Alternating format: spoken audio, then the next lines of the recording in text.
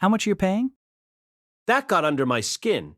The first thing he brought up was money? No, hold on. It's only natural for someone to ask about payment when you want them to work for you. 2 green ore coins, and if you actually find her, we'll give you 2 more on top of that.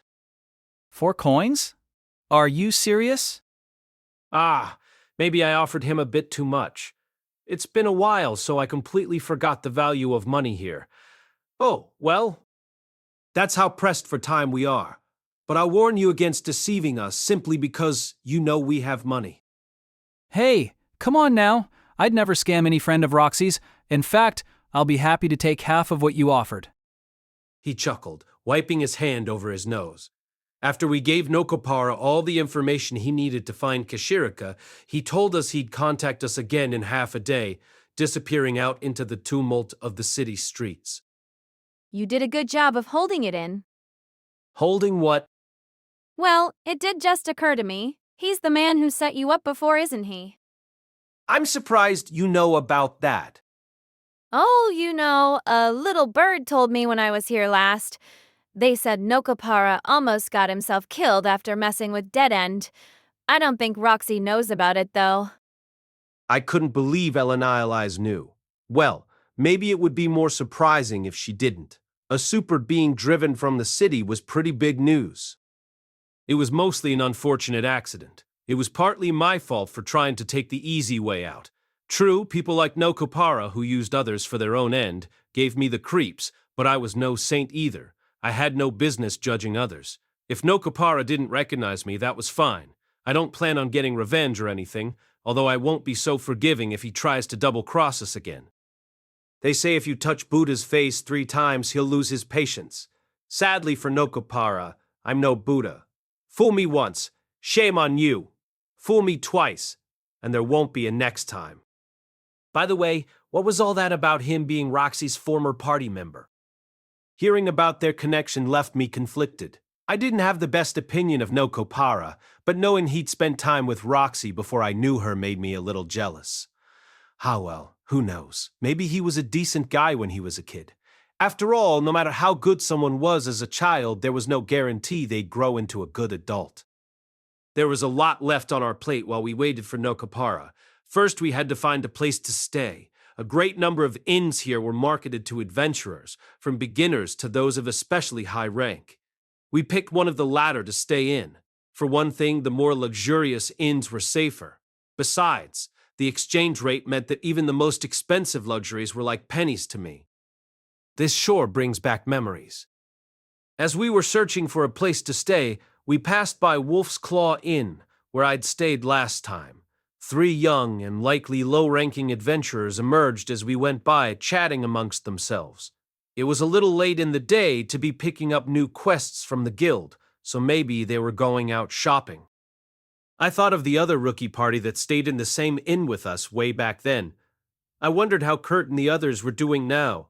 A mistake I'd made had led to one of their deaths, but I hoped the others were still doing well. Nah, it's been 8 years. Who knows if they're even still alive? If they were and I happened to run into them, though, it'd be nice to kick back and talk about old times. Hey, there's an idea. Maybe I should see if I can't get some help from P. Hunter, too. If memory served, their names were Jalil and Visquel. They were small-time thugs. This time I wouldn't be asking them to help locate a pet, but then again, Kishirika was kind of like an animal. Who knows? Maybe they could find her. I think I'd like to stop by a certain shop. I know the people who run the place pretty well. I would expect no less from you, Master. You are certainly well connected. I wouldn't say that. These are about the only people I know here. I led the party to P. Hunter's pet shop. I had a general sense of where it was, though the memories had faded a bit. Fortunately, I had walked these same streets so many times when I was younger, and there were still landmarks I remembered along the way. But the shop looked completely different when we arrived at our destination. The pet shop was now a butcher shop, selling processed meat. Someone covered in what resembled rat fur was manning the place, so I approached him. Welcome. Excuse me, but I thought there used to be a pet shop here. Do you know what happened to it? Ah. You mean Jalil? He messed up trying to train a beast 2 years ago and died. Seriously? He died? What about Visquel? Her? She left this place a year ago. Said there wasn't any work here for her with Jalil gone. So she's not here either. I couldn't believe Jalil had really died. I knew the Demon Continent was a harsh place, but I was actually a bit sad to hear he was gone. Although he also betrayed Ruergerd in the end. We had worked together and were on good terms there for a time. Viskel passed this store over to me when she left. Are you...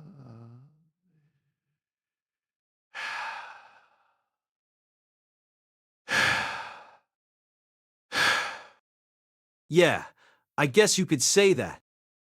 Okay, in that case, I'll give you guys a discount.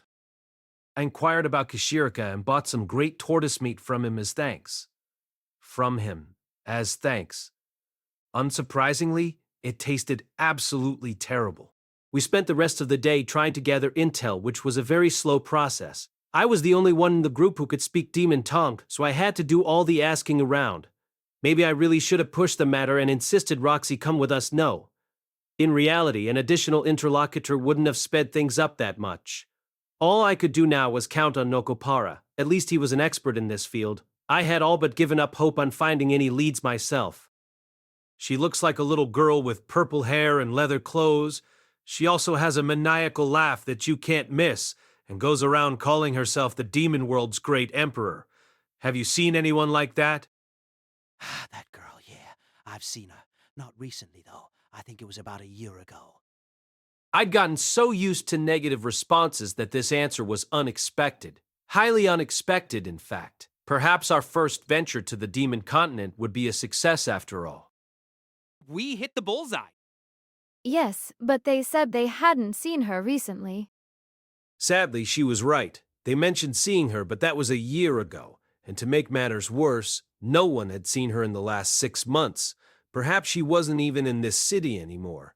Maybe we should have asked where she headed next. Rakarasu was located on the northeastern tip of the Demon Continent. If she was going to another village, she would have to either go south or west. There were mountains to the southwest, so I didn't think she would go there.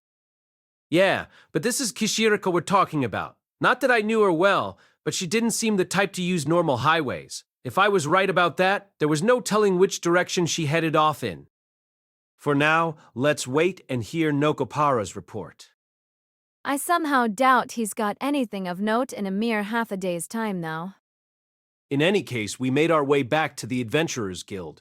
We planned to grab a table and eat something, but Nopara came wandering over before we could fill our stomachs. Hey, sorry for the wait, as you might expect. I wasn't able to find the little lady, but I did get my hands on some info. Let's hear it. For the most part, what he told us matched what we'd found out. There was only so much he could ferret out in half a day, after all. But he'd managed to put together a dossier of where she was spotted most often and when she was last seen. That was pretty impressive for the short notice he had. He probably gathered info regularly, or maybe he simply had really good connections. Either way, that meant he just had to dig out a bit more info by poking around before he could sell his knowledge. Guy seemed like he'd be pretty talented at that sort of thing, too. Also, about your demon emperor, it looks like some demon king is searching for her too. Demon king? Yeah, about a year ago, the demon king from a neighboring region came all the way here for some reason. Said Demon King was the current resident of Old Kishirika Castle in the middle of Rakarasu. Those black armored guards scattered about the city were supposedly the private soldiers, knights, or elite bodyguards, whatever you wanted to call them, of this Demon King. Does their name happen to be Badigati? Nah, it's not Lord Body. It's his older sister, Lady Atofe, a terrifying demon king. Huh. So Body has a sister? I wondered if she also had 6 arms, was super ripped, and looked like a black Amazon. Terrifying, you say? Yeah. She survived Laplace's war by dint of being an aggressive demon king who solved every problem by the use of force. If you do anything she doesn't like, she'll immediately take your head off your shoulders. It was hard to picture that considering how good-natured Badigati was, but if what he claimed was true, it was probably best not to approach her. Although if she was related to Badigati, she might also be immortal. In other words, maybe she'd been alive 7,000 years ago and might know a cure for Dryne Syndrome. Seeking an audience to ask her about it might not be a bad idea, though I had no idea if she'd agree to meet with us or not. While we're on that subject, has Badigati not returned? He hasn't? But hey, he is still a demon king. You should be using a proper title when you refer to him. Oh, my apologies. So Badigati had yet to return. Just where did he wander off to? Then again, he wasn't around 8 years ago either. Maybe gallivanting to and fro was some kind of hobby for him. After speaking with Nopara, I updated the rest on what I'd learned.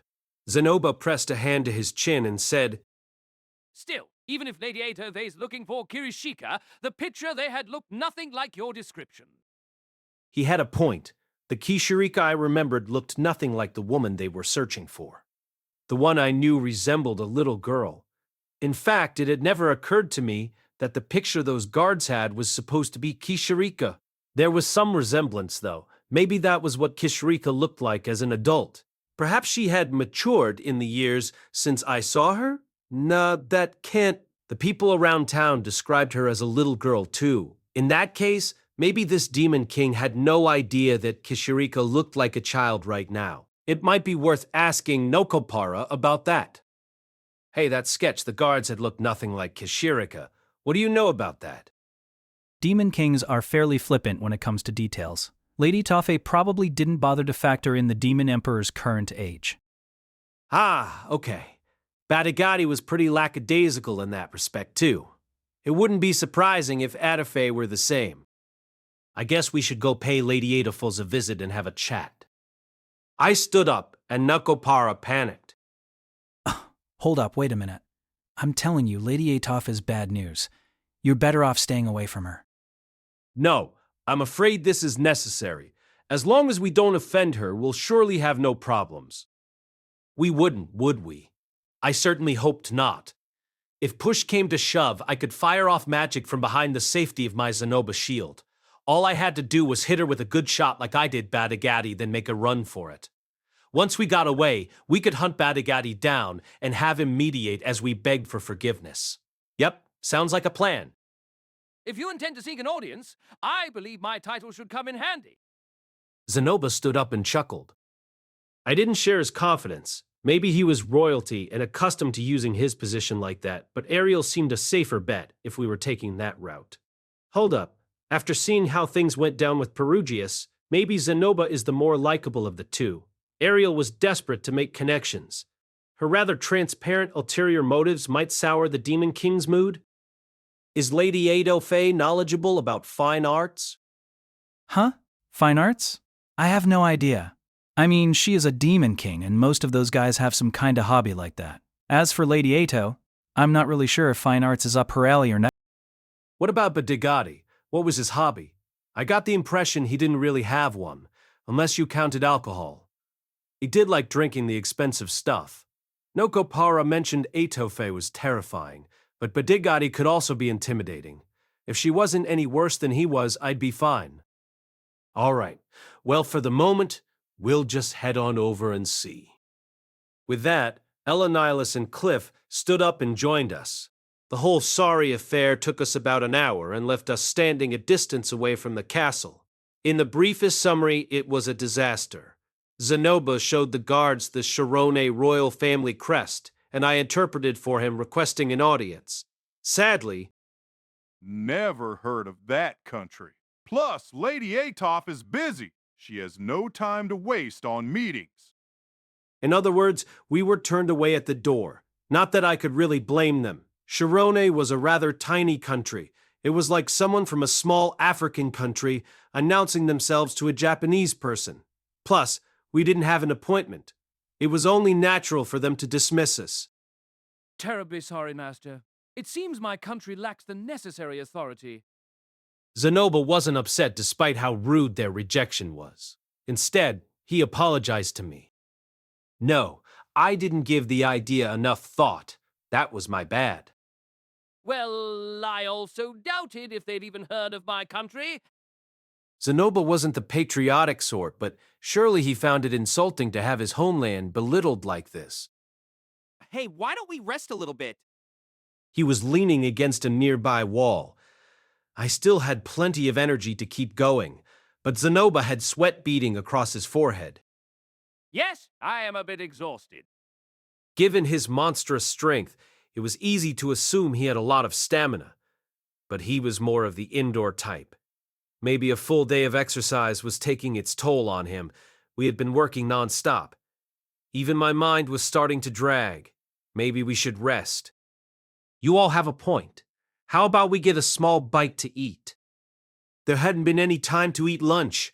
The jerky we'd munched on in the meantime hadn't been enough to fill our stomachs. I wasn't too keen on eating since the food here was pretty disgusting, but we didn't have much choice. Master, there appears to be a street stall over there, so why don't we try... Now that Zenoba mentioned it, I caught a whiff of grilled meat. My attention was drawn to a skewer stall. Spices filled the air, indicating this was some of the Demon Continent's zesty meat. There were 3 customers waiting. I'm not complaining, but are we gonna stand and eat? Isn't that poor manners? It's a bit late to worry about that. Ellen Elise joined the back of the line. I'll order for us. In the meantime, Rudius, please get us some chairs. You sure you'll be okay even though you don't speak the language? I can use my fingers to indicate how many we want. I'll be fine. In other words, body language was universal enough that she didn't have to speak the language. In the meantime, I magically conjured some chairs on the roadside. Standing and eating was all well and good, but if we should sit down if we were going to rest. I didn't mind planting my butt in the dirt, but Zenoba and Cliff clearly felt differently. I'll go accompany her. Zenoba and I took our seats as I finished setting up. Exhaustion swept over me. I felt like all the effort we'd put in had been for nothing. We had no idea whether we would find Kasirika or not. Even if we did find her, she might not have the information we sought. In fact, there was a high probability that she wouldn't. Like Badigati, she had lived an incredibly long life, but she probably didn't care that much about illnesses. Plus, how many details would she recall after so many millennia? Don't overthink things. Huh? Master, you seem to feel far more responsibility than you should when it comes to Lady Nanahoshi's illness. Yeah, you're right. Logically, I knew her being sick had nothing to do with me, but my emotions had a mind of their own. But I do understand how she feels a little wanting to return to the home where she lived most of her life. That's why I am here, trying to help. Really? I thought you were pretty attached to the way your life is now. Of course I am, but I've recently started to feel nostalgic about my... Apparently, even he had fond memories of Shirone. I thought he would be fine anywhere as long as he had his dolls or figures, but Zenoba wasn't so different from normal people. Considering how desperate Lady Nanahoshi is to return, I can only imagine she left something incredibly precious behind when she came here. Yeah, the guy she loves and her family, from what she's told me. It was a pretty cliché answer, but that didn't make the people she treasured any less valuable. I knew just how important family and loved ones were, and how much it hurt to lose them. I'm afraid I can't relate to either of those things. Think of it this way. The way she feels about them is the way you feel about dolls. As we spoke, I kept my gaze on Cliff and Elenialis. The 2 of them had changed a lot since I first met them. As usual, Cliff sucked at reading the atmosphere, but he did try to empathize with others in his own way. Elenias was much the same. I still remembered when she spent all her time pursuing men, but if they got separated now, I knew they would expend every effort to find one another again. I continued watching them in silence. The customer in front of them purchased their meat, and a beggar with a tattered hood scrambled over in hopes of getting some scraps. Only 4, said customer to kick them away. Cliff's nose flared as he watched, but Elenias stopped him before he could pick a fight. Knowing Cliff's character, I bet he'll buy extra for the poor beggar. And he did just that. The beggar thanked him profusely before gobbling down the skewers. Then they started pleading with Cliff for seconds. Although exasperated, he relented them and handed them some more. The beggar took his hand, their whole body trembling with gratitude.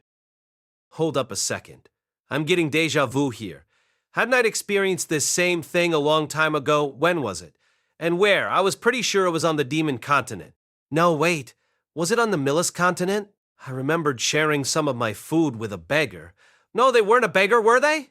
No, more importantly, didn't that beggar just thank Cliff in human tongue?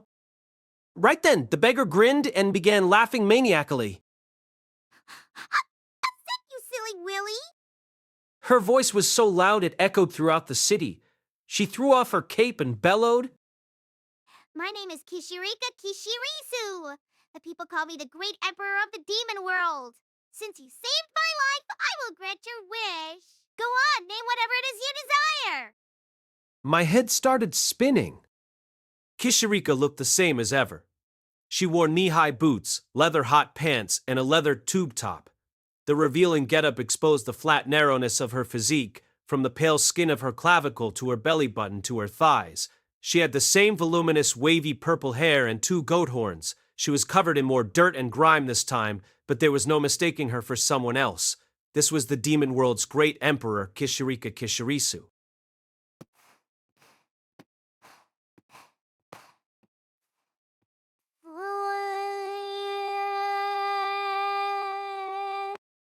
Cliff stared, dumbfounded.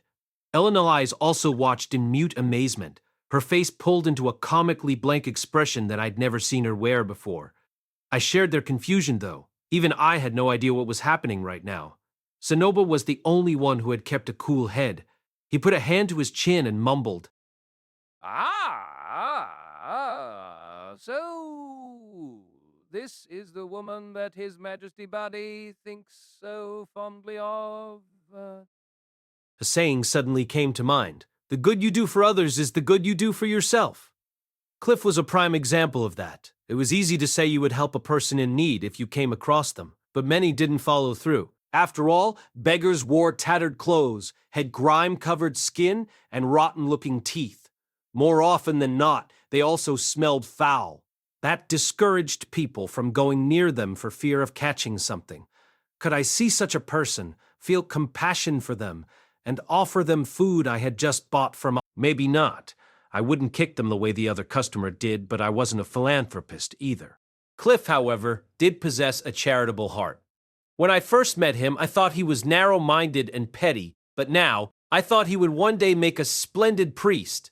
Viva Cliff! Okay, let's quit lavishing Cliff with praise and get down to the more important question. Why is Kishirika acting like a beggar here of all places? Calm down, there's no need to be shy. Name whatever your heart desires. And tell me your name while you're at it. Okay. My name is Cliff Grimmer. Cliff was still in shock from her sudden declaration that she was the very individual we'd been searching for. He glanced back at me with a pleading look. Cliff, feeding me was quite the noble achievement. After all... In that case, would you care for some more food? Oh, truly? You boys really are generous. Yes, generous indeed. You will go far in life, mark my words. Kishirika chowed down on more great tortoise skewers. The way she inhaled them made me wonder where she was storing it all in that tiny little body, and she just kept going, one after another. Fill me right up. Now I'll be good to go for another year. Having finished her meal, Kishirika slapped her hand against her belly in satisfaction. We'd bought every last skewer the stand owner had for sale. At least he was happy at having done so much business. Now, with that done, it's been a long time, Lady Kishirika. And who are you? Oh, it's you. You're the human boy with the disgusting Nana. Of course I remember you. I gave you one of my eyes. I think your name was, Roomba. Yeah, that was it. Rudius Grey Rat. I'm not a damn cleaning robot, thank you very much. Yes, Rudius, a long time indeed. You sure have gotten much larger. Well, how did things go after we parted? Have you been doing well for yourself? She patted my thigh, going as high as she could reach. It reminded me of a section leader at an office job patting his subordinates on the shoulder. Yes, the eye you gave me before really saved my life numerous times. Fa ha ha She really is way too easy to manipulate. However, I will only bestow my reward upon one of you. Just one. You, Cliff Grimmer, state your desire, whatever it is. He gulped and stared back at her. In that moment, doubt crept into my mind. He wouldn't, would he? It was common knowledge that Kishirika Kishirisu offered demon eyes as a reward to people, and Cliff had his own objectives. A demon eye might greatly help him create magical implements. Even I realized that, which is why I hope I'm wrong. In that case, please tell me how to cure Dryne Syndrome. My shoulders sagged with relief. My worries were entirely unfounded, and honestly a bit offensive to Cliff. I would have to treat him to a meal when we got back home. Dryne Syndrome, you say? That name does bring back memories. I will admit I am a bit surprised to hear of someone coming down with it in this day and age, though. Zenoba and I exchanged looks, nodding. It seemed Kishirika was familiar with the illness. Is it curable? A silly question. Of course it is. All you have to do is get some Soka's grass, make some tea from it, drink it, and you'll flush out the problem along with your poop. I grinned. This was perfect. There was a chance that Kishirika's memory was spotty and this grass wouldn't work, but at least we now had some information. By make some tea, she probably meant to decoct the leaves in some water and then drink it. Soka's grass? I've never heard of that before. Where can we find it? Mayo, the Phantom City, silly Willy. Mayo, the Phantom City. Phantom City? Yikes! When the word phantom was used in the same sentence as city, it usually meant the place in question was difficult to find, like you could only ever visit it in your dreams, or you had to wade through a desert to get to it, something like that. Just north of that city, at the tip of the Red Worm Mountains, lies a cave in the depths of a ravine known as the Red Worm's Tail. Tucked within its deepest, darkest folds is a bountiful harvest of Soka's grass. So we have to go to a cave in this Worm's Tail place. This felt like an RPG. After coming all this way, was she really going to send us on an errand quest to retrieve the grass? And we had to go to a cave located in a place called the Worm's Tail? If the name was any indication, we would probably be fighting some dragons along the way. That was a tall order. No, this isn't that bad, honestly. The worst case scenario was not finding Kishirika and spending the next several years searching. Okay, but hold up. I knew of the Red Worm Mountains, but I'd never heard of a place called the Red Worm's Tail. So where exactly is the Worm's Tail located? Wise question. You see, at the end of the Second Great Human-Demon War, the Dragon God and Fighting Gods battle ended with a hole punched in the continent, wiping out the place that was once called the Worm's Tail. What? So the place we needed didn't exist anymore. Also, this story she was feeding us was entirely different from what I had heard. History said the huge hole in the continent was a result of Kishirika's battle with the Golden Knight. That said, Kishirika didn't seem like the fighting type. Well, whatever. It was a legend after all, and people often spun those stories in ways that were convenient for them. Right now, my priority was the Soka's grass. Does that mean Soka's grass doesn't exist anymore? No, I was merely explaining that the Worm's Tail Cave is where it was initially discovered. If that was where it was first discovered, then did that mean it also grew elsewhere? Soka's grass grows deep inside caves where the sun doesn't shine. Based on that description, we might be able to find this grass within labyrinths. Could we just go into any old labyrinth, though? If so, we needed to rethink our party composition before we ventured in. We would need about 20 people. No, we could offer a reward, recruit some adventurers, and send 100 people in. And that was why I ordered every Demon King to cultivate this grass beneath their castle. After all, the herb is delicious. Those who drink it have exceptionally long lifespans. Namely because the ones who drink it are immortal Demon Kings. So basically, what she was telling us was that every Demon King had this stuff growing under their castle, and given that it was considered a luxury tea, it might be possible for us to find merchants selling it?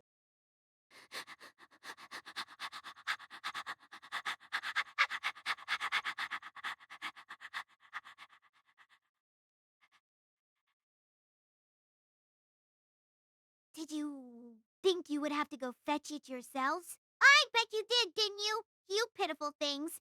It's growing right over there in my castle. Wow. No one would blame me for seeing how far I could kick this idiot, right? Cliff seemed to have the same idea. He charged forward with his hands balled into fists. Please wait, Master Cliff. Let's not be hasty. We need to make her spill.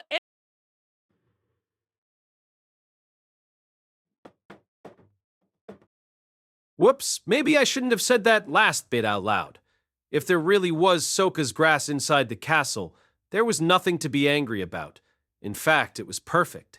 Sure, she worried us for nothing, and that irked me a little, but this was a lesson on its own. Okay, cool your head. You can just get on your knees and beg her for it. All right, Lady Kishirika, then I implore you to share some of your Sokka's grass with us. Of course. There is just one small problem. What problem is that? Well, you see, there's a detestable individual staying in my castle at the moment. They are rather difficult to deal with and not terribly intelligent, so I have spent the past 6 months on the run from, Her words trailed off as she stared at something behind us. I followed her gaze. Several soldiers dressed in black armor stood there. 5, 6, 7, 20 in total. Worse, another group gathered in the street opposite us, and more spilled from a nearby alley. Pretty soon, we were surrounded by 30 of them. They stared us down as if trying to intimidate us. Eleniala stepped forward, her hand hovering over the sword at her hip. A cold sweat coated her forehead. With their numbers, there was no way we could run. What should we do? I could grab 2 of them, Zanaba in my right arm, and Cliff in my left, and use my magic to take a flying leap. But what about Kishirika and Elena's? The man apparently in charge of the soldiers advanced toward us. His voice was hoarse yet vibrant as he said, "We are the personal guard of immortal Demotel King Atofe, who rules over the Gaslo territory. By her royal order, please hand over Lady Kishirika and come with us back to the castle."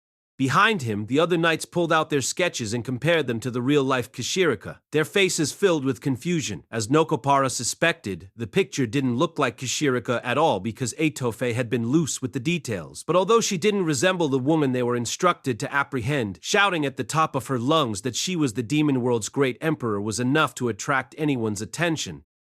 And if we say no? They will show you no mercy.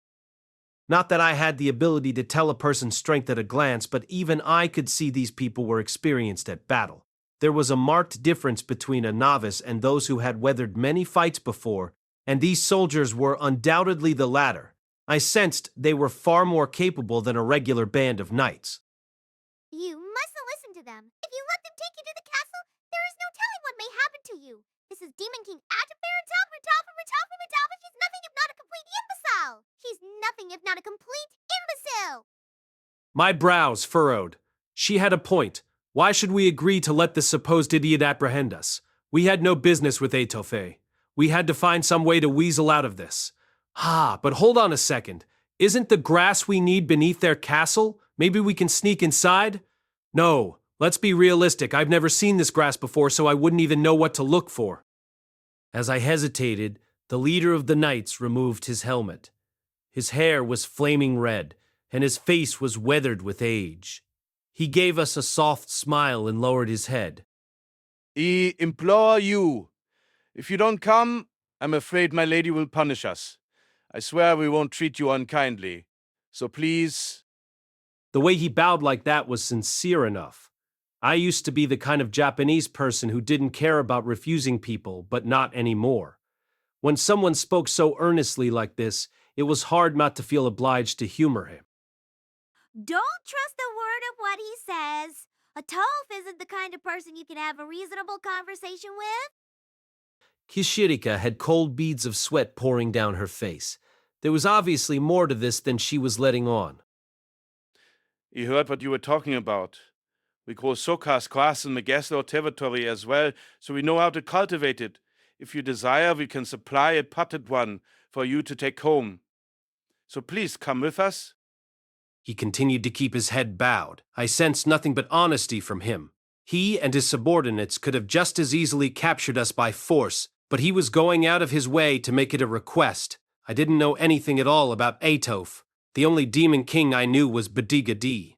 but having a superior like Atofe was undoubtedly difficult. While we're on the topic, what does Lady Atofe have against Lady Kashirika? If possible, I would like to know the reason why she's been chasing Lady Kashirika for the past 6 months. A year ago, my lady came to this city for a special flask of liquor that was produced in the Gikuva territory. But Lady Kishirika swiped it and drank the entire bottle. Aha! The old guard captain sighed. My lady was greatly looking forward to that bottle, so she was enraged by this affront. She called us in from her stations back home and ordered us to search for the culprit. Sadly, we were unaware of Lady Kishirika's current appearance, and the sketch we had of her wasn't accurate enough to be of any assistance, so we were having no luck up until now. All right, I understand your situation. I clapped some cuffs on Kishirika using my magic. Chapter 7, An Audience with the Immortal Demon King. To sum it up, the old Kishirika castle was a picturesque piece of demon architecture. It was built with specially crafted iron stones, and while it lacked the intricate detail and elegance of Perugius's floating fortress, it was still a sight to behold. In fact, someone with more practical taste would probably like this better. Its only blemish was a sizable hole in the central tower. The place was a tourist attraction, so it was normally open to the public, provided you paid the entry fee, but the areas you could go into were limited. We were taken straight to the audience hall, not the spacious, gaudy one used to dazzle sightseers, but a cramped one that saw more regular use. Knights in black armor lined the narrow hall, and their presence made it all oppressive and stuffy. The cherry on top of this displeasing cake was that the throne in front of us was empty. She sure is taking forever. Royalty require time to prepare before they receive visitors. Does that include you? Have I ever taken so much time to prepare that I made you wait for me, Master? As much as you love the fine arts, you don't seem to have any interest in clothes. It disheartens me to hear you say that. I thought you all people would understand the care I put into my buttons and embroidery. You mean you fuss over that stuff when you were buying it or having it made, right? Not when you're getting ready. We had been waiting for at least 2 hours. Our senseless banter had kept me from being bored out of my mind, but the sun had already set. I wasn't complaining about standing around being exhausting, but I wished they'd given us seats while we waited. Zenoba and I were the only ones in the audience chamber aside from the guards. Elenilas and Cliff had gone off with one of the knights to retrieve the grass we needed from the castle's basement. I overheard the knights squabbling. They were acting pretty casually. Hearing their conversation put me at ease. Suddenly, the old knight captain made his way over. She will soon be here, so please wait a bit longer. Also, I ask that you refuse any reward she offers you. Sorry, a reward? If things go south, and you end up accepting a reward from her, there'll be nothing the rest of us can do to help you. Okay. I'll keep that in mind. I nodded, genuinely intending to take his advice. I had no idea what he meant, but I had no interest in accepting any reward. I hadn't fallen so far that I would sell out Kishirika for compensation. Speaking of, said Demon Emperor, was currently bound in so much rope she resembled a caterpillar as she lay there on the floor. She would be punished later. I didn't know what they had in mind, a spanking toilet cleaning duty, but surely it wouldn't be too severe. That aside, I couldn't let my guard down.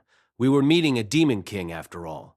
The only high-ranking demons I knew were Kishirika and Betegati. The two of them are always so happy-go-lucky, but I'd bet if you piss them off, weird.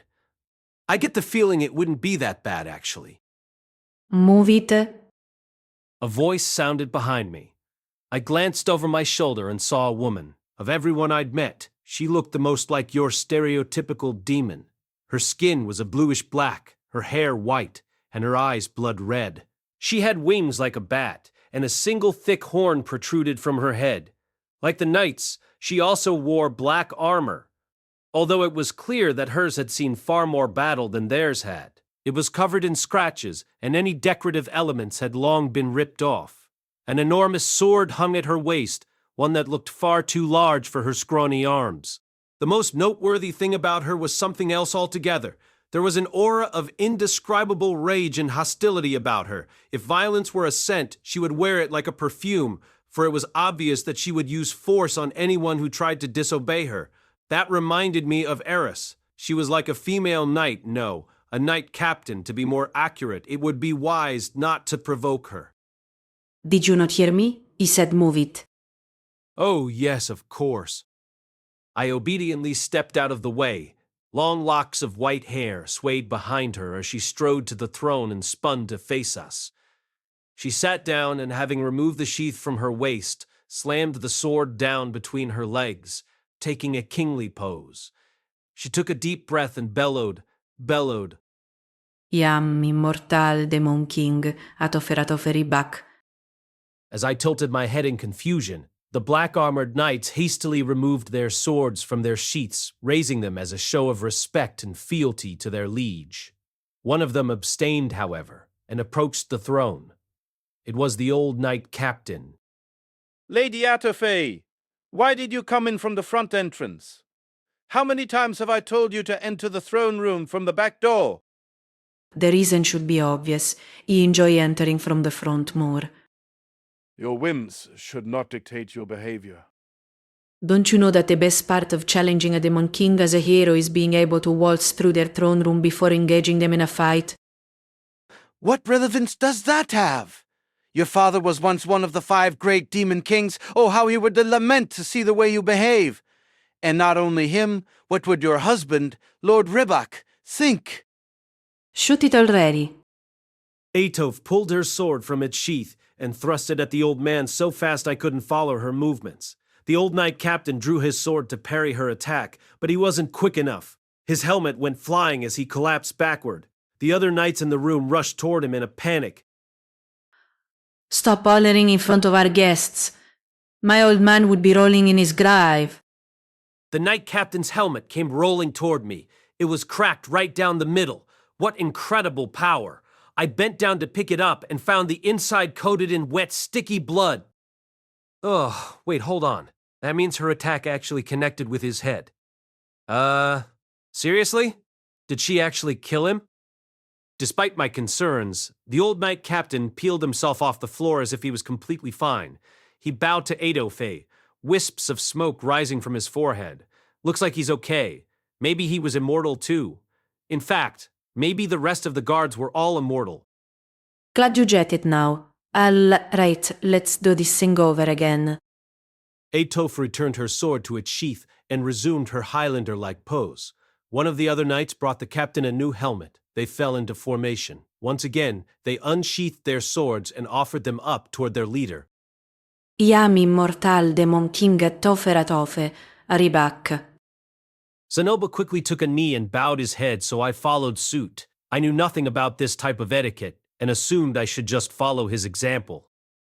First, allow me to thank you. We were able to catch this idiot thanks to you.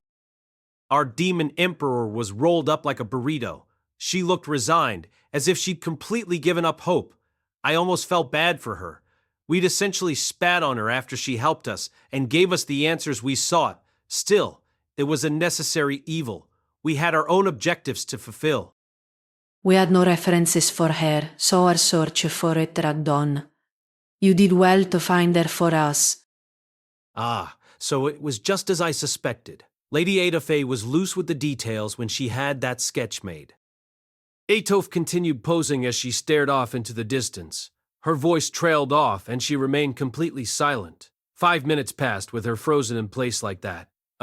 Did her engine give out or something? More, what was it I was supposed to say next? A reward. You were going to give them a reward.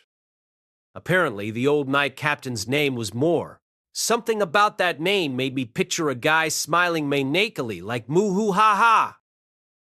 Yes, you don't need to give them a reward. No, that's not necessary. I recited the line I'd mentally prepared after Moore's advice. I assumed this was a formality. That was probably why he suggested I turn her down. Are you saying you don't want my reward? My legs began quaking.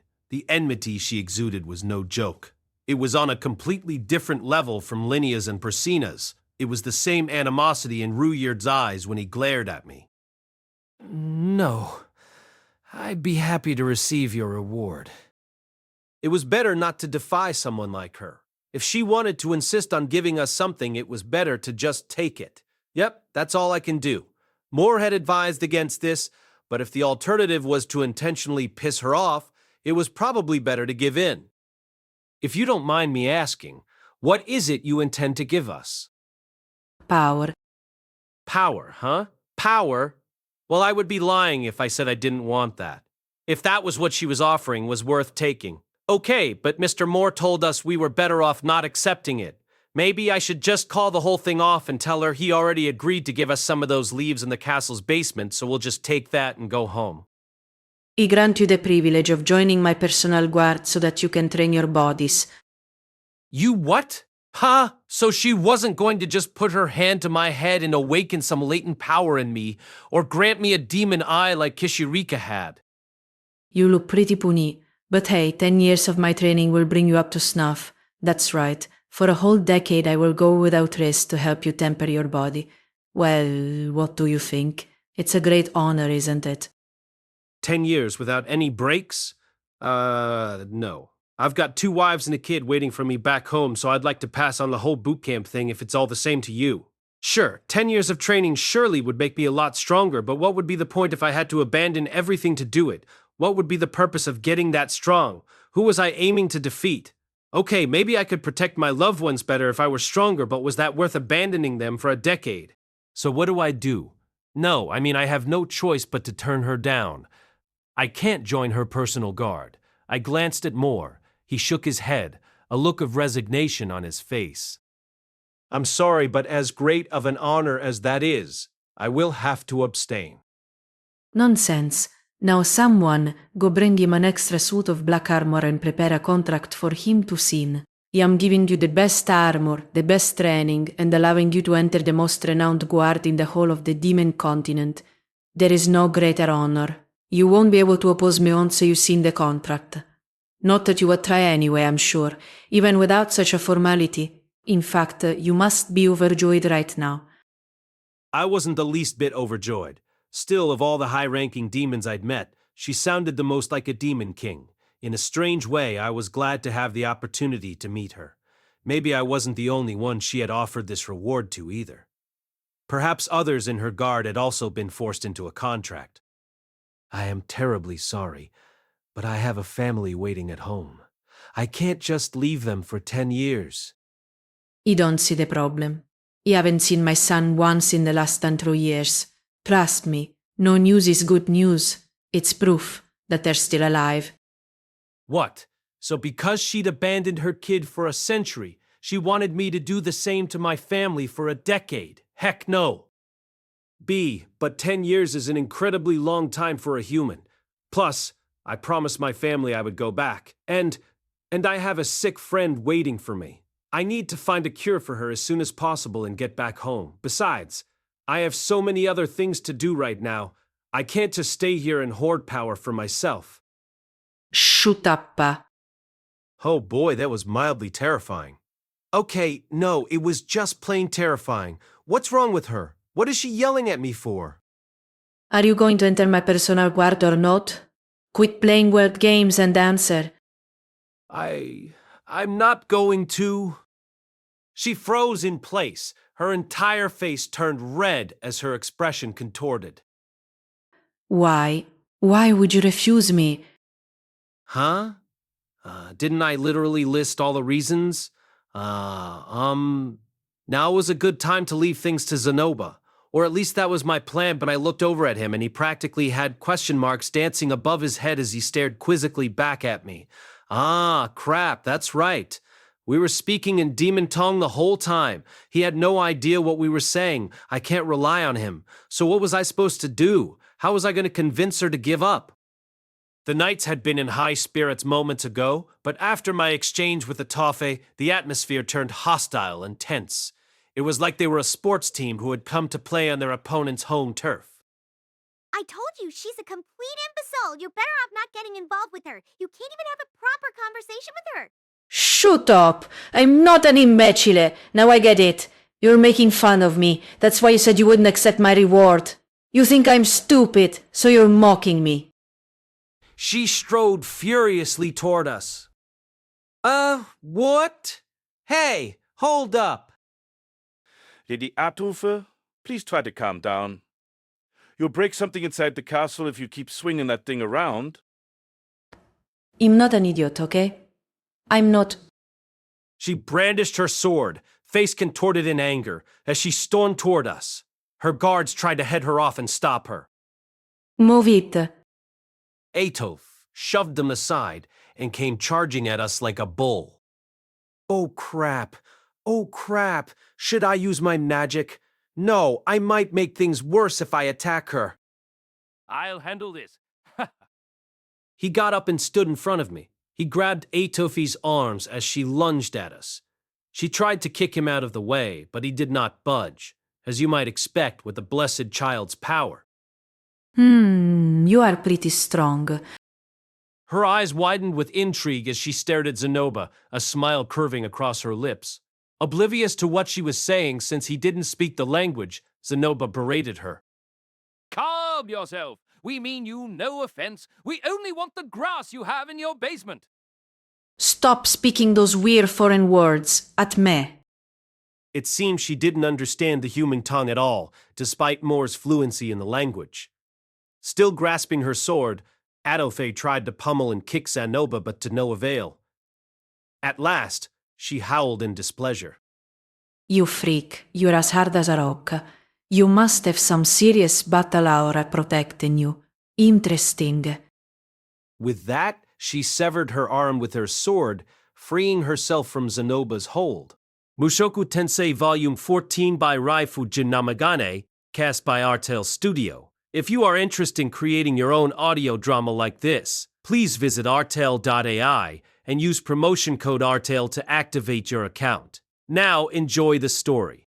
That's right, Atofe cut off her own limb with zero hesitation. In her eyes, it was just a nuisance holding her back. She severed it with the casual indifference of someone snipping off a loose thread after their sweater got snagged. The moment her arm separated from her body, it turned into a flaccid lump of flesh. Zenoba let go, and it thudded wetly against the floor. Seconds later, it crawled toward Atofe and reconnected itself to her body. Moments later, her arm was back to normal. I'd seen Badigade do something similar. The wound healed without leaving so much as a scratch behind. Fine then. I will give you my full introduction. I am immortal demon king Atofe Ribak, wife of Kalman Ribak, the founder of the Nork god sword style.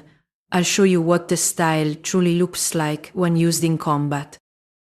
Zenoba stood with his fists balled, as if he planned to take her on unarmed. A tremor ran down my spine. Something told me this wasn't going to end well, as in, Zenoba could die. Blessed child though he might be. Zenoba wasn't impervious to injury. For example, I managed to scratch even the dragon god Orsted with my magic, powerful as he was.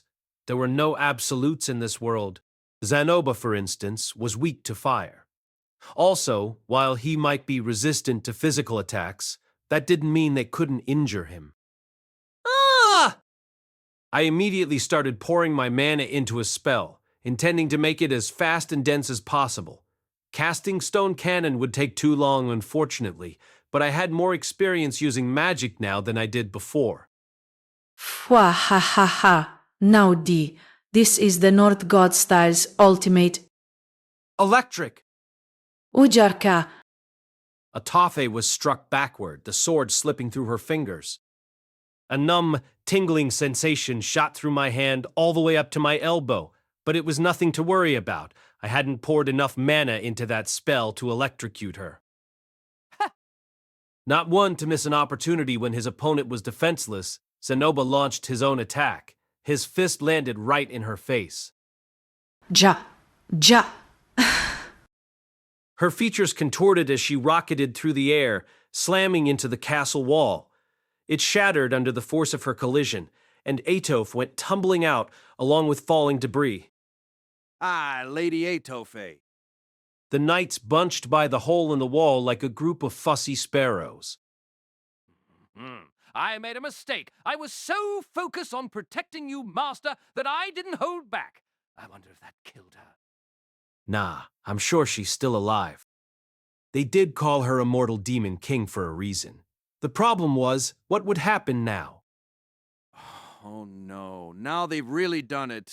Yeah, this is bad. I can't believe it. 20 or so of the black armored guards crowded us, muttering amongst themselves. I was sure they weren't going to let us leave after what we did to their master.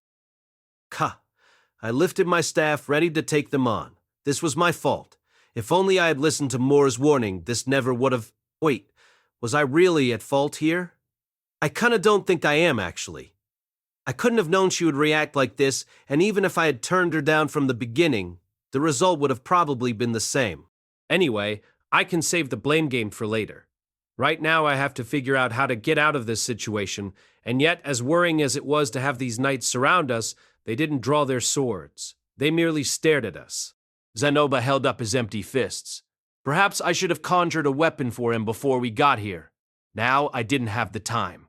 Perhaps there was a log somewhere in all the debris from the broken wall. You two Moore strode over, acting as their representative. He was speaking in demon tongue this time. I must ask you again, on behalf of my lady, are you sure you don't want to join us? We'll pass. Lady Atofe has an affinity for strong individuals. Considering you were able to stop her before she used her ultimate technique, and you sent her flying through the castle walls with a single punch, I'm sure she'll want you even more now. Big surprise there. All of the demon kings I'd met or heard of were like that. Not a single one of them was sane. That said, none of the guards made a move to apprehend us even though they knew, defend us even though they knew Atofe would want us. In fact, after watching Atofe sail out of the castle, a few of them had said things like, "Whoa, look at her go," and well, that's what she gets for letting her guard down and stick stay. We, of her personal guard, don't make a move unless ordered. However, once she gives us a command, we won't be able to let you go. At that, several of the guards gave us sharp looks. I wasn't about to mock them for not acting until ordered to do so. If anything, I was grateful. What will happen if she catches us? She will challenge you to a duel, I'm sure. I frowned, confused. If you lose in the duel, she will knock you unconscious and force you to sign a contract with her. Once that's done, you'll never be able to defy her again. And, how long does this contract last for? Until you die. Of course. Although you can have 2 years off every 10 years. Breaking that into smaller numbers meant it was essentially 1 day off every 5 days. But why did that feel so underwhelming? The majority of her guard are here because they want to be, but there are many who were forcibly conscripted. In particular, many of the humans among us lament their fate. Even we feel sympathy for them. Several knights lowered their gazes. Apparently, many of them had faced our dilemma and been forced into a contract with Atofe. She called it a reward, but it was basically a contract of slavery. So that's why he said not to accept her reward. I wish he had given me more details beforehand. No, it was my fault for not asking for clarification. There I was thinking we couldn't let our guard down, and it was me who did, in the end. So, what happens if we win this duel? Oh, you really think you can win? In the past 5,000 years, not a single person has beaten our master outside of North God Calman and Demon God Laplace. You really think you can best her? Yeah, probably not. They called her immortal, and she probably had as much stamina as Batigati. To make things worse, she seemed far more skilled at battle than he was. Batigati wasn't an acolyte of the North God sword style, at least not when the two of us sparred. What happens if the duel ends in a draw? If she deems you an enemy, she'll challenge you again. If she sees you as an ally, she'll recognize you as an equal. I wondered how she'd feel in my case. Knowing my luck, she'd probably challenge me again. It was pretty clear that she saw me as an enemy, and if she kept dueling me over and over again, I was bound to lose eventually. So what should I? Run. Right now your friends should be finished gathering the Soka's grass. There's a tunnel below the castle that will lead you outside of town, so you can use that to flee. Please don't end up the same way I did. Hey, if you happen to go to the holy country of Millis, idiot, you'll be able to go back there yourself after another 3 years of service. Yeah, but still. More pained voices joined the chorus, but I ignored them. We had our hands full with our own problems right now. Grateful for their willingness to let us go, I started toward the door, but I paused when I caught sight of Kishirika in my periphery. She stared at me pleadingly. After all that happened, the two of us were now fellow runaways. You don't mind if I take Lady Kishirika with me, do you? Well, our job was only to catch her the first time, so go ahead. So they were willing to turn a blind eye. Atofe hadn't given them any new orders since they fulfilled the first one. I wondered if they would get punished for this. Oh, well, not my problem. I used my magic to burn through the ropes binding Kishirika and released her. I'm upset, you silly Willy. Much appreciated. You have my gratitude. After that, we fled the throne room. We rendezvoused with Eleniles and Cliff inside the castle. They both had backpacks full of tea leaves as well as potted plants in each arm. The leaves were a yellow ochre color, and they looked like shriveled aloe vera. They said these plants are vulnerable to sunlight, so we'll need to grow them underground. They gave us a memo to take home, but I can't read what was written on it. Either Roxy or I can read it later, but we need to hurry. Did something happen? I explained the situation, and Eleniles didn't look the least bit surprised. I've heard something about this. Kishirika gifts demon eyes, Badagadi gifts knowledge, and Atofe gifts power or something like that. You should have told me. I don't speak demon tongue. You should have interpreted properly for us. She had me there. I hadn't explained things to the rest of them well. In my defense, I wasn't a licensed interpreter, so I hardly knew what I was doing. We don't have time to stand around and bicker. Let's get a move on. So, should we take the underground tunnel or go back the way we came? Cliff's words brought my attention back to the pertinent issue at hand. Atofe was probably still rearranging her face after Zenoba smashed it in, but she could come at us at any time. No doubt she'd be even more fired up after what we did to her. You should give up on the tunnel. I looked downward at Kishirika. When we first met, we were about the same height, but I had shot up in the years since and had to crane my neck to look at her. I thought about not saying anything to pay you back for betraying me, but Body destroyed that tunnel during Laplace's war. Seriously? Indeed. That man you spoke with is a turncoat. Moore is Atofe's right-hand man, after all. He spews nothing but lies so he can rig things in Atofe's favor. Despite what he said, he probably started plotting against you the moment you fought her. I didn't fully trust anything she said, but she was likely right. He might have deceived us, intending to corner us when we discovered the underground tunnel was a dead end. More! You bastard! I can't believe you betrayed us! But hold on, even if he had deceived us, at least he didn't attack us while we were in the throne room. And although Atofe seemed to bully him as well, that didn't automatically mean he was on our side. Plus, he had provided the grass we needed a memo with instructions, so he wasn't entirely bad. Maybe we were the ones at fault for spurning his good intentions and straining his relationship with Atofe. I should have just handed Kishirika over, flat out turned down her offer, and hurried back home. Maybe that would have soured my relationship with Atofe, but I would have taken that over what we were currently facing. If he really is as shifty as you claim, wouldn't it have been better for him to capture us back in the throne room? This is Atofe we are talking about. She likes to chase her prey and corner them herself. Makes sense. So he's setting things up for her. That kind of finesse was probably important for a man in his position serving a demon king like Atofe. Although I wondered if the other knights knew about his ulterior motives. So what you're saying is, we should make our escape above ground, right? Indeed. The rest of her guard should be busy with inspections right now. That's right. They were conducting an inspection near the entrance when we came in. Atofe's entire personal guard would be gathered inside the castle right now, meaning the entrance was unguarded. But considering they let us take you, maybe they figured you would give us this information and lead us above ground, or perhaps, unbeknownst to you, they've actually repaired that underground tunnel. If you're overthinking it that much, then it doesn't really matter which way you pick, does it? True. It was a gamble either way. guessing which route the enemy would use to pursue us. Miss Elenilis, which one would you pick if it were you?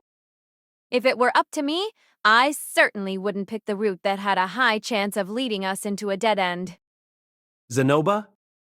Enclosed spaces are easier for me to fight in. And Cliff? I'd also go above ground. I don't like dark places. Awesome. We'll go with the majority vote then. Okay, above ground it is. Miss Elenilis, you take the front and lead us straight to the teleportation circle. Zenoba and Cliff will follow right behind you, and I'll bring up the rear. Zenoba and I can carry all the luggage. I took the backpack and plants from Elenilis. It was better for Zenoba and I to carry these things. It was okay if I was burdened because I could just use magic, and Zenoba's superhuman strength allowed him to bear a heavy load with ease. I'm not upset, you silly Willy. As for you, Your Majesty, Zenoba is carrying all that luggage anyway, so why don't you sit on him? Very well. She obediently perched on his shoulder. That was supposed to be a joke, but whatever, that's the safest place for her to be anyway. All right, off we go. We ran for the castle exit. As soon as we slipped out of it, an angry voice erupted in the distance. Amore, after the... If I wasn't scared before, I sure am now. Darkness hung over the town as we scrambled down the main thoroughfare. As much as I wanted to melt into the shadows, the whole area was too well lit. Light pouring from the crater's walls shone down on us. Picking the above-ground route had been the right choice. There wasn't a single black-armored soldier in sight, and none chasing us. Kishirika had been right on the money. Right now, the guards were probably preoccupied searching the underground tunnels. If we were lucky, Atofe might give up her pursuit, but that wasn't likely. After all, we had taken Kishirika with us. That only gave Atofe more incentive to track us down. As we broke away from the main street, we passed by the Adventurers Guild. I wondered if Nopara was still inside. I never thought we would leave the city this quickly. We had already paid our lodging fees for the night, and our clothes were still in our rooms. It was a waste to leave those things behind, but they weren't that important. Better to cut our losses. As we passed through the mostly deserted marketplace, I spotted the alleyway where we'd once dyed Ruijerd's hair. We ended up fleeing the city back then, too. It was hard to believe the same thing was happening again. I honestly had nothing but bitter memories of Rikarisu. Finally, we arrived at the large crack that made the city's entrance. There were a couple of guards posted there, but no soldiers in black armor. One had the head of a lizard, while the other had the head of a pig. They stared in confusion, but let us slip by. The teleportation circle wasn't far from the city's outskirts. We looped around the perimeter of the crater. Oh, where is it you're going? There's a teleportation circle in this direction. It's what we used to get here. You don't say. Hard to believe such a thing still remains out here, but then... We had left a marker in the ground to guide us back when it was time to leave. There would be no problem locating the circle. It was dark outside the city, but Elenilis's elf vision would guide us. We need only turn left at the mark, scale up the slope, and then the teleportation circle would be right in front of us. As we reached our marker, I skidded to a stop. I had no other choice. Above us on the slope, right at the entrance to the teleportation circle, stood Ato. She was joined by no less than 10 of her guard. At that moment, I noticed the hole in the ground near the entrance to our magic circle. Perhaps that was the exit to the tunnel that ran under the castle. More never fails to impress. It was just as he said. I'll be sure to praise him later. He read our movements. No, that wasn't it. They managed to head us off. It wasn't our movements they had read, but our destination. Well, you sure did get here awfully fast, didn't you? Huh. Flying here was simple. He could see you and your comrades easily from the sky. It looks like more caught up as well. I glanced over my shoulder and a band of black-armored knights were making their way toward us. They must have looped around the edge of the crater as well. While Atofe made her way here from the sky, 10 of her guards had taken the underground passage, and the rest pursued us above ground.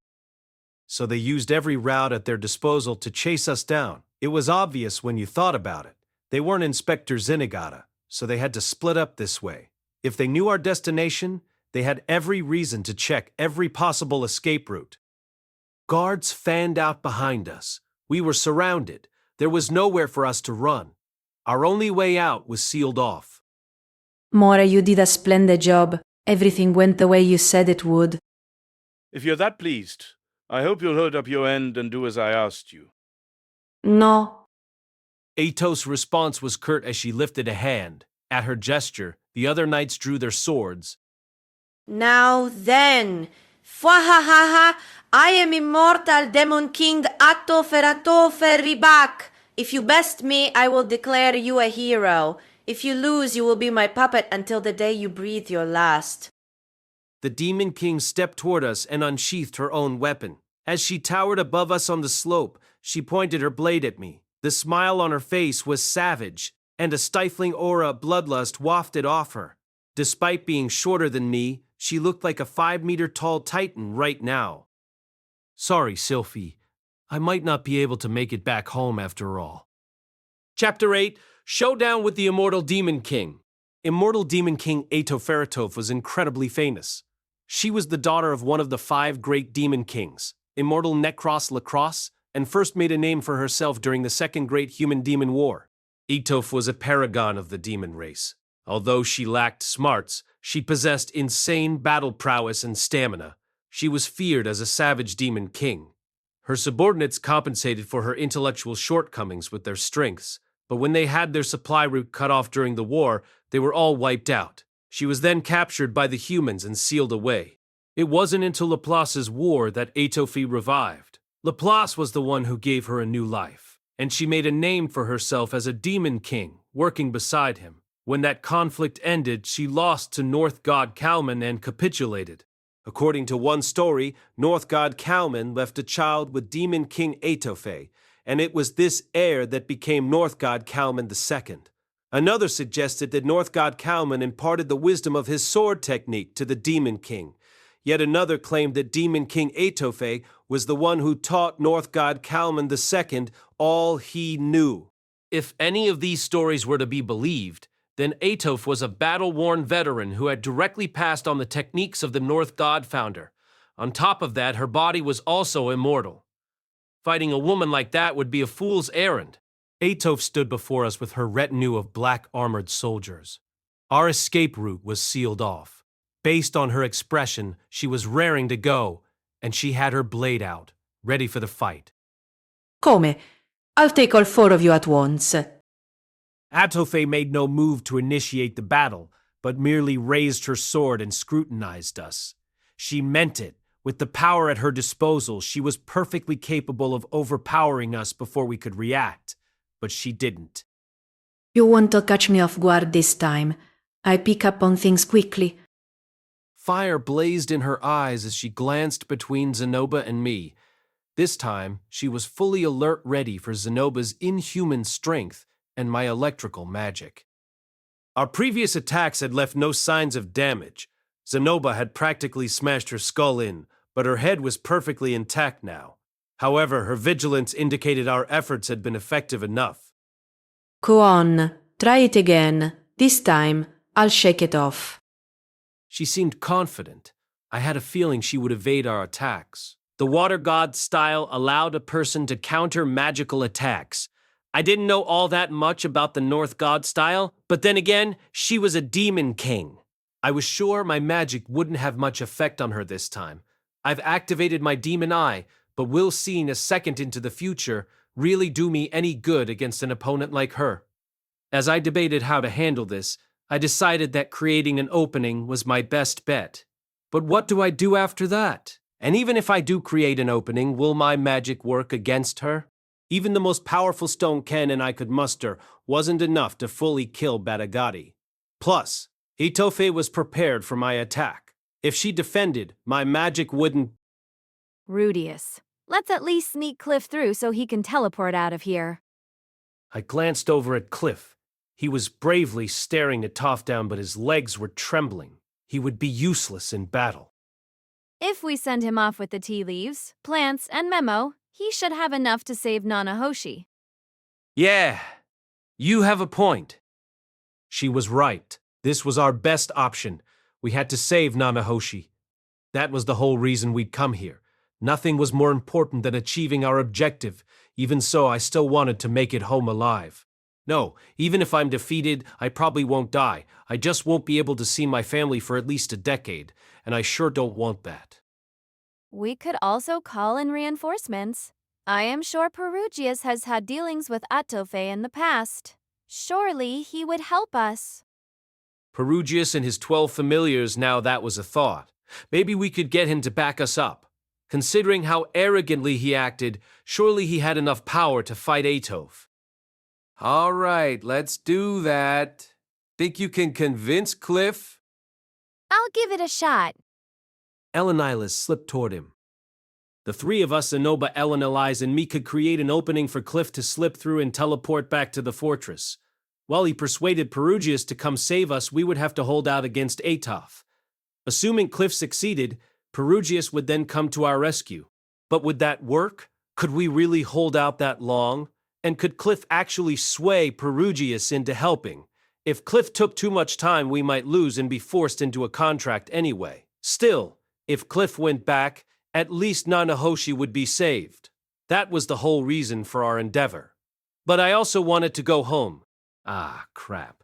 I'm just spinning my wheels at this point. I took a breath and told myself, calm down. First, we needed to immobilize Atto for a short time.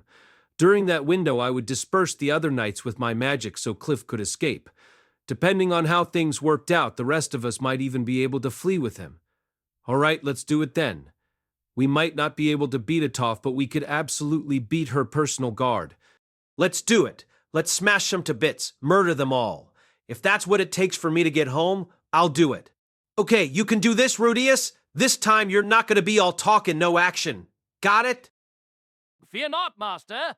Even at the cost of my life, I will hold Demon King Atofe in place.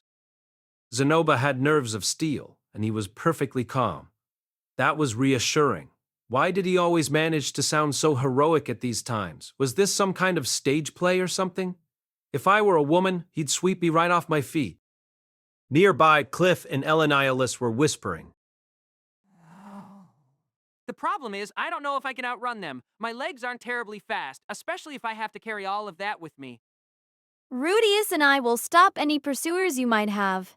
Just don't look back, and don't give yourself time to think. Count your steps and run as fast as you can.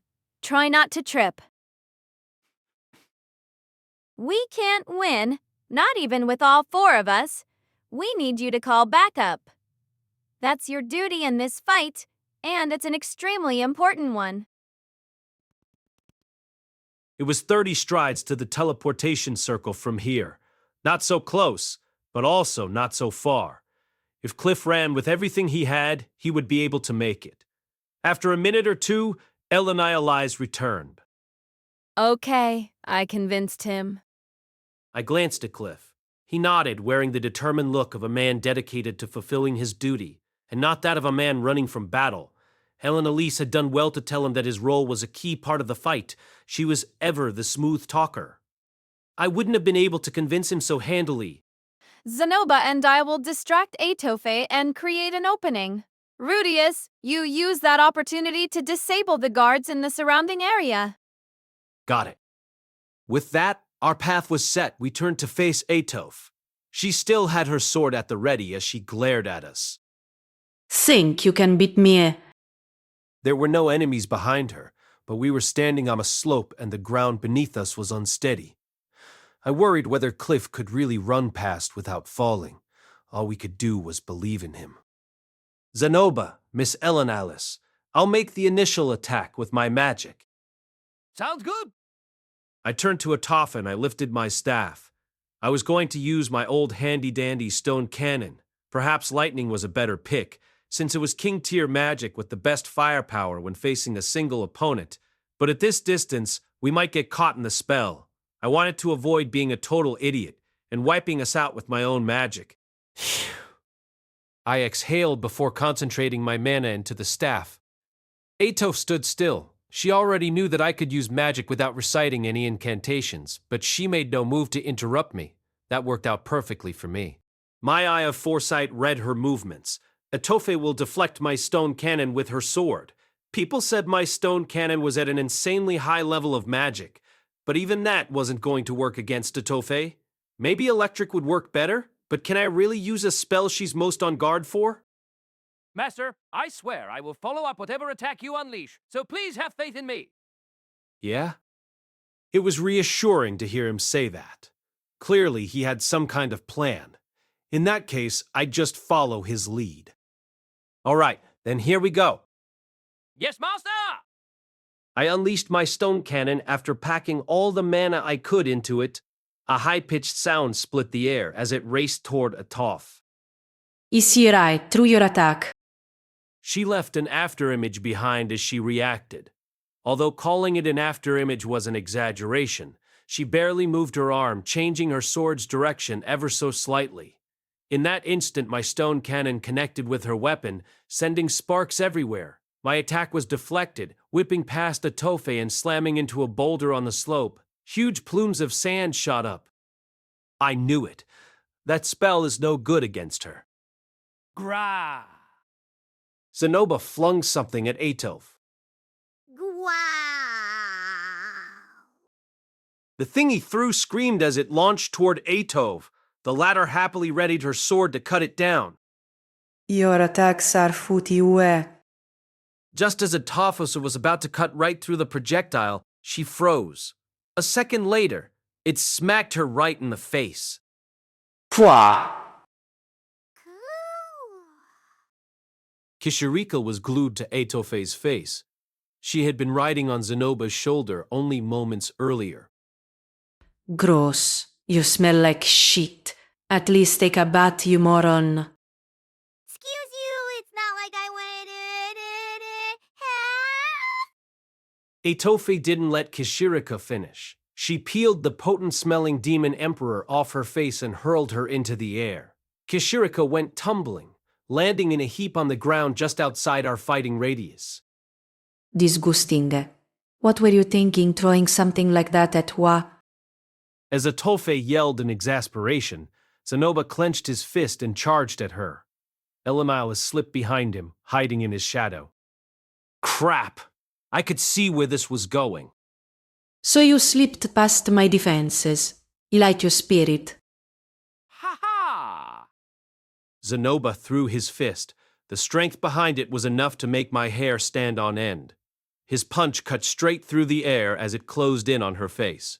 Atofe tried to deflect the blow with her gauntlet. Ga. But she failed. His fist slammed against her glove, causing her to stumble as her armor warped under the force of his blow. Ha!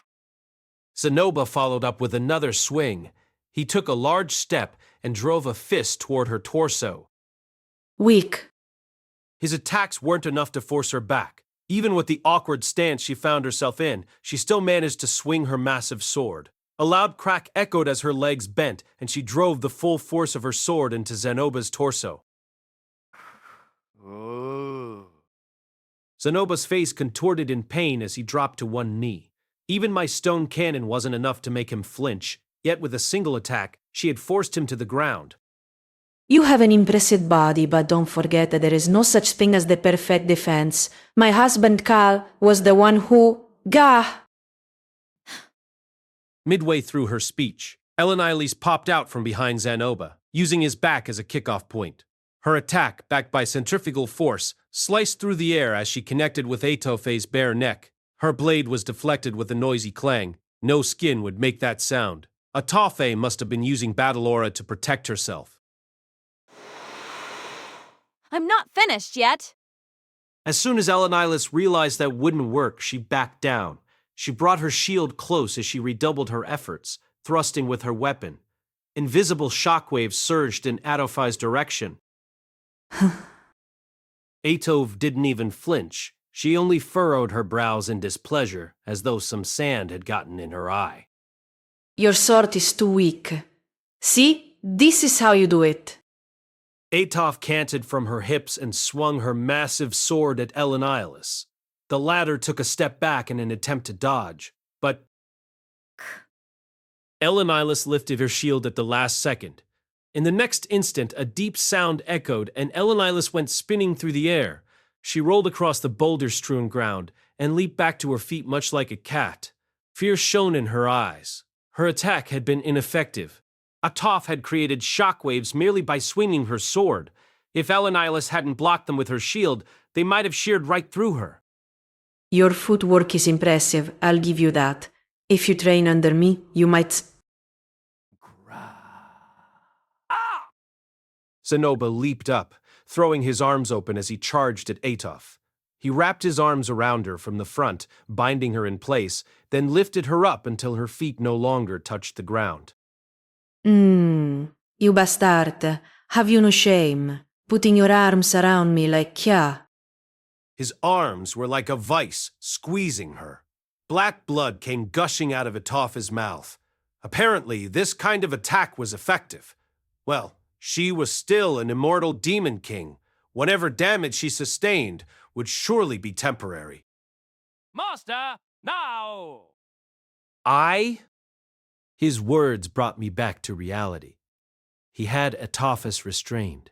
This was our chance. Cliff, go now. Run!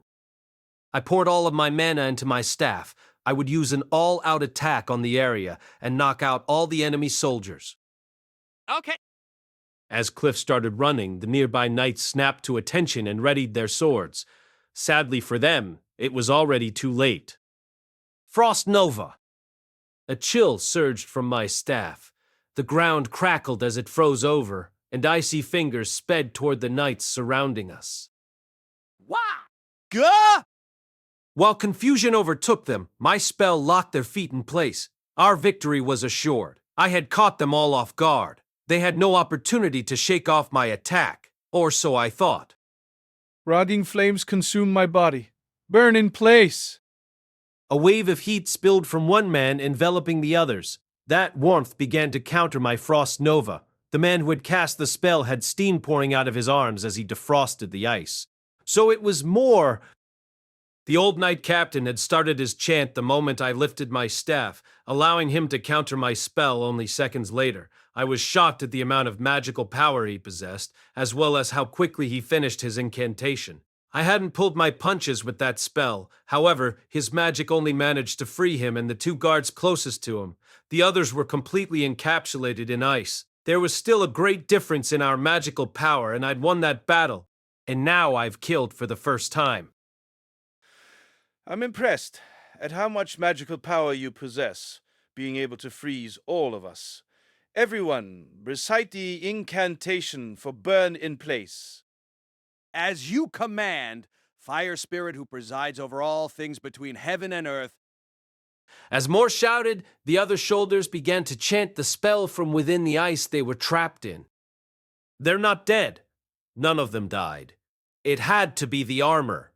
Perhaps it gave them natural resistance to water magic. Well, crap. More. Don't let him get away. Understood. At Atofe's command, Moore sprang into action. A few seconds later, the two other knights closest to him managed to defrost their icy prisons and rush after him. As if I'd let you get past. Rudius, you take him. Moore chased after Cliff without a single glance backward. He moved quickly for a man in armor. Meanwhile, Cliff was shouldering a huge load. There were only about 7 steps between them. Stone cannon! Moore will use earth wall to try to block my stone cannon. No problem. I could still do this. I poured all the mana I could into my staff and unleashed my spell. Earth's Gah. As Moore continued running, he threw his hand toward me as he tried to recite his incantation, but my stone cannon blasted right through his arm like some kind of laser. His appendage, along with the armor that covered it, went spinning through the air. The loss of that limb did cause him to stumble, but he didn't give up his pursuit. Bestow upon me thy power, water spirits. Deep mist. Moore recited another spell, creating a mist that wrapped all around him. He intended to use that as a smokescreen to dodge my stone cannon, apparently. Still, he can pull off those incantations pretty quick.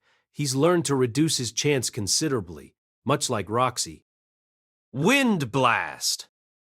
The gust I unleashed dispersed the mist, but Moore remained undeterred. He showed no signs of losing his focus as he pursued Cliff. Perhaps that black armor of his also provided resistance against wind spells, too. Now what? There was only a short distance separating him from Cliff. I didn't have many more chances left. As I was racking my brain for ideas, my eye of foresight told me what was going to happen next. Moore is going to start chanting a spell as he continues running after Cliff. Spirits of the barren lands, answer my call and deliver unto me. Disturb! Magic! I'd practiced this with Sylphie innumerable times. The magic shot straight toward Moore and interrupted the spell he'd been trying to cast. Ah, impossible. Disturb magic? Surprised, Moore dropped his gaze to his hand. Even so, he kept running. There were only 5 steps between him and Cliff now. Quagmire! In quick succession, I launched another spell at him with my left hand in order to cut off his path. Using the magic I was most accustomed to was a good call. My opponent might be a veteran, but the battle skills I had cultivated over the years still worked against them. Plus, I had gone through simulations such as this when I was practicing. The ground between Cliff and Moore turned swamp-like. The mud had the consistency of glue, clinging to Moore's feet. Although it seemed that would be enough to stop him. Unknown God, answer my call and raise the earth up toward the heavens. Earth Lance. Moore launched a spell at his feet. A block of land rose up, and he used it as a kickoff point to fly over my quagmire. He wouldn't stop. He just kept moving. Everything I threw at him, he countered or resisted. So these are the abilities of a veteran mage. Rudius, help Cliff. Hurry. I know. I shot her a brief glance. She was locked in battle with the soldiers that had been standing next to Moore. It was 2 against 1. She wasn't their target, but it was all Elenialis could do to keep them preoccupied. Release Madame Mit. Right now. Don't you have any shame as a man? Stop clinging to me. Let's at least trade fists. Even if you kill me, I won't let you go. Atofe had already headbutted him. He kept a vice grip on her even as blood poured from his forehead. Meanwhile, the other knights were slowly defrosting themselves. Steam was filling the area. What could I do to throw Moore off his pursuit? He was strong, and he had way more experience in battling with magic. Normal spells hadn't worked against him. Should I launch something more powerful at him? No. Even if a powerful spell stopped Moore, it would be pointless if Cliff got caught in the blast. Plus, Moore was insanely good at responding to whatever I threw at him, and he had that stupid armor too. That was when I realized that the ground beneath me was wet, a result of the frost nova I had used moments ago. The soldiers had used burn-in-place to melt the ice I'd made, and now the ground was puddled with it. Moore was no exception, having been the first to defrost himself. Of course, Elenialis and I also had water at our feet. If Atofe had never seen that type of magic before, then surely Moore hadn't either. No matter how experienced he was, he wouldn't be able to counter a spell he had never seen before. Although if I used it, all of us, Elenialis, Zenoba, and myself included, would get hit by it. Only Cliff would remain unscathed. He was outside my spell's radius. He would be fine. I made my choice in that instant. No hesitation. Electric. I poured enough mana into the spell to stun everyone without killing them. Electricity shot from my hand. It crackled through the air as it enveloped the area before striking the ground. It conducted through the water and hit everyone in the vicinity. Gee, yeah! Ha! Ooh! Smoke rose from the black armored knights as they collapsed. Everyone was caught by the shock, including Elenias, Zenoba, Atofe, the other soldiers, Moore, and myself. God! It went right through my body, shooting down my spine and joints. Every part of me seemed to bend in the wrong direction. I hadn't used enough mana to kill, so I knew I'd make it out of this alive. But that didn't stop the darkness from swallowing my vision as I lost consciousness. When I came to, I was sprawled on the ground. I remembered fainting, but it hadn't lasted more than 2 seconds. My entire body was paralyzed. At least I had my vision. What happened to Cliff? I lifted my head. Moore was on his knees, smoking rising from the cracks of his armor. He had one hand stretched toward Cliff, and I could faintly hear him mumbling what I assumed was an incantation. I need to use Disturb Magic. No, I won't make it in time. I concentrated mana into my left arm. Even if my right one was numb from the shock, my prosthetic hand could still move. I unfurled my fingers and launched a spell from my palm. Wind Bind! Absorb. The air whip that Moore conjured disappeared in an instant. What? Moore's head jerked in my direction. I couldn't see his expression through his helmet, but his surprise was clear. Cliff never glanced back. He was only 3 steps away from the magic circle. No one could catch him. Thanks to my magic, they couldn't even try if they wanted to. Bastard, you actually got us. That was some weird magic you used. My spell had paralyzed Atofe as well. Her eyes were wide open, staring me down like a tiger. I remained silent. Still, something for me to look forward to. I can't wait for you to be my subordinate. Kehe, I've been wanting a mage like you. I'll take good care of you, I promise. I stared back at her, uncowed. Being an immortal demon, I was sure she would recover quicker than me. There would be no more escape. We couldn't resist her. Zenoba was out cold. Although he still had his arms wrapped around Atofe, they looked ready to give way at any moment. Given his low pain tolerance, he would probably be unconscious for a while. This was the end. I looked at Elenialis. Her whole body was trembling as she tried to get to her feet. She had probably taken the same amount of damage as me, but she wasn't going to let that stop her. She hadn't given up yet. Once you give up, it's all over. The white-haired coach in Slam Dunk said that too. With a little effort, I could do the same. Come on, let's do it. Let's go home. I want to go back. I have to. And when I did get home, maybe I would have a little sexy time with Sylphie. And Roxy too, of course. I also wanted to hug little Lucy. Plus, I promised to teach Norn swordsmanship and magic, and I was looking forward to eating Aisha's rice. Lilia had a huge burden on her shoulders, looking after my mother. Surely Zenith would get her memory back eventually, though. When she did, we could go visit Father's grave together. Yeah, that's right, we'll keep smiling together, just like we always have. My life in this world was so insanely enjoyable. I had to protect it. I had to. Okay, I can do this. Move, Rudius. I don't care if it's just your arm. You can at least use magic.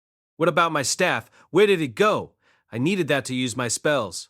Ah, there it is. As it turned out, I had been lying on top of it. Sorry about that, Aquahardia. I'm sure it must have been heavy.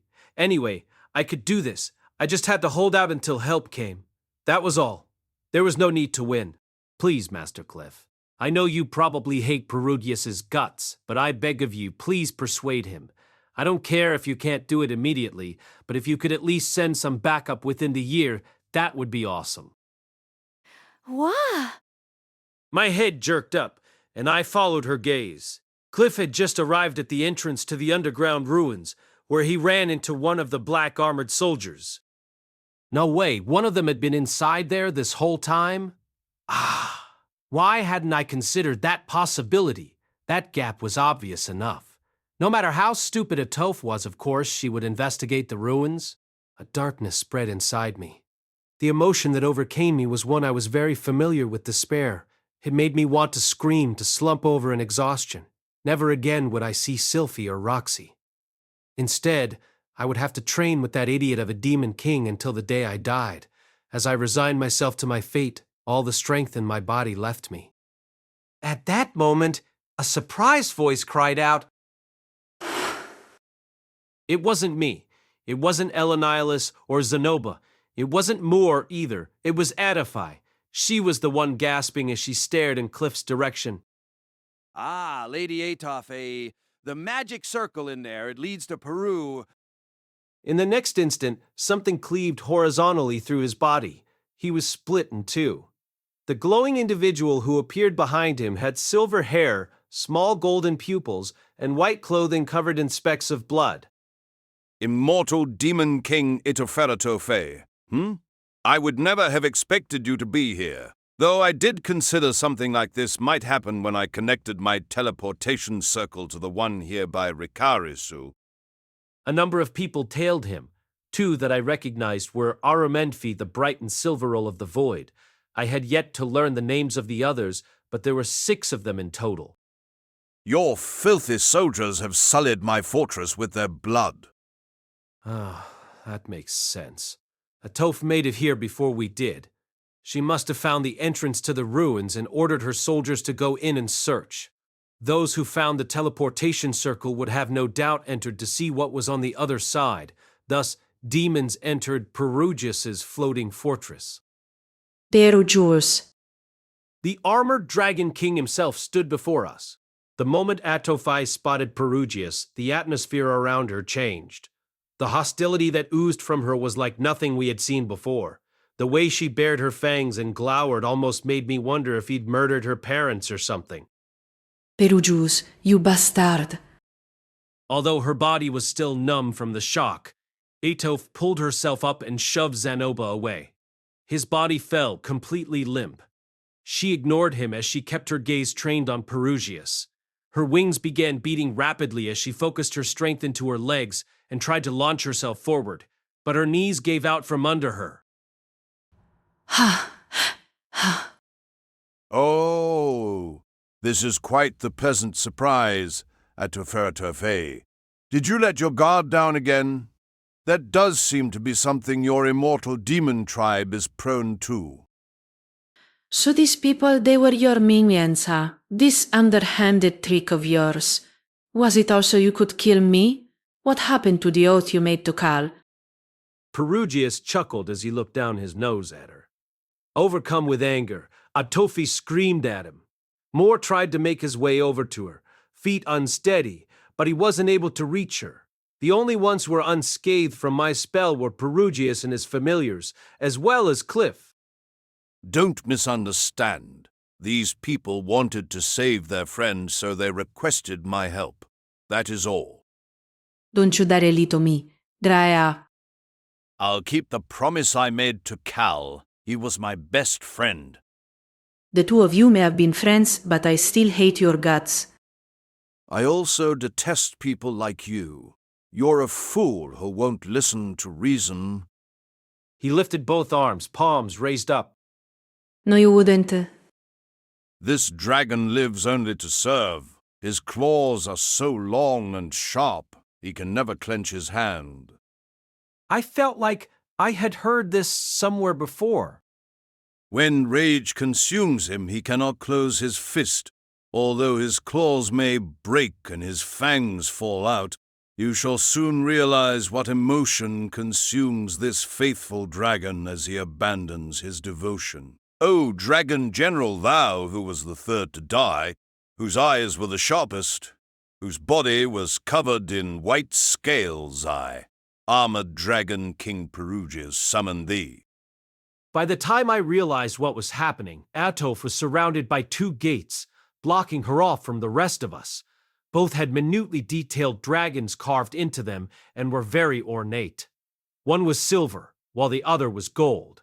They came rising out of the ground as Perugius continued his incantation. Open rear wine gate, beckon forth front worm gate. As he commanded, they burst open. Something came pouring out of the right one and filtering into the left. It wasn't wind, it was something that could be seen with the naked eye, something I knew well. Mana. He summoned those gates to absorb mana. My own magical power was being sucked out of me. It wasn't the same experience I had with Orsted. The drain was faster this time, more intense as it sapped my stamina. No, Lady Atofe, please run.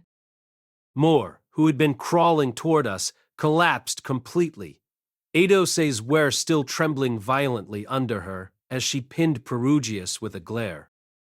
Perugius, do you seriously intend to break your oath? Her body looked smaller than it had before. Perhaps those gates were absorbing the battle aura she had wrapped around her. I won't break it.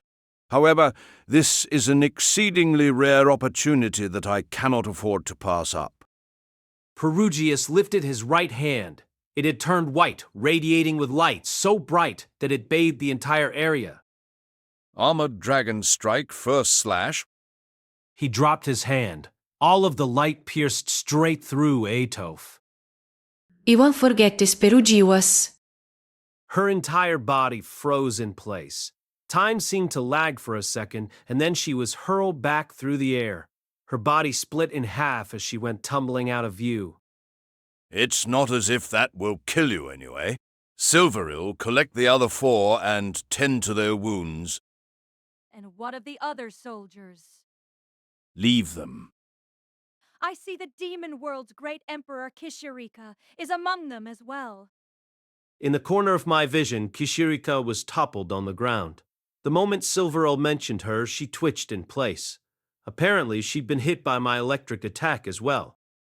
Sorry about that. Leave her as well. As you command. Apparently, he was going to overlook Kishirika. Thank goodness.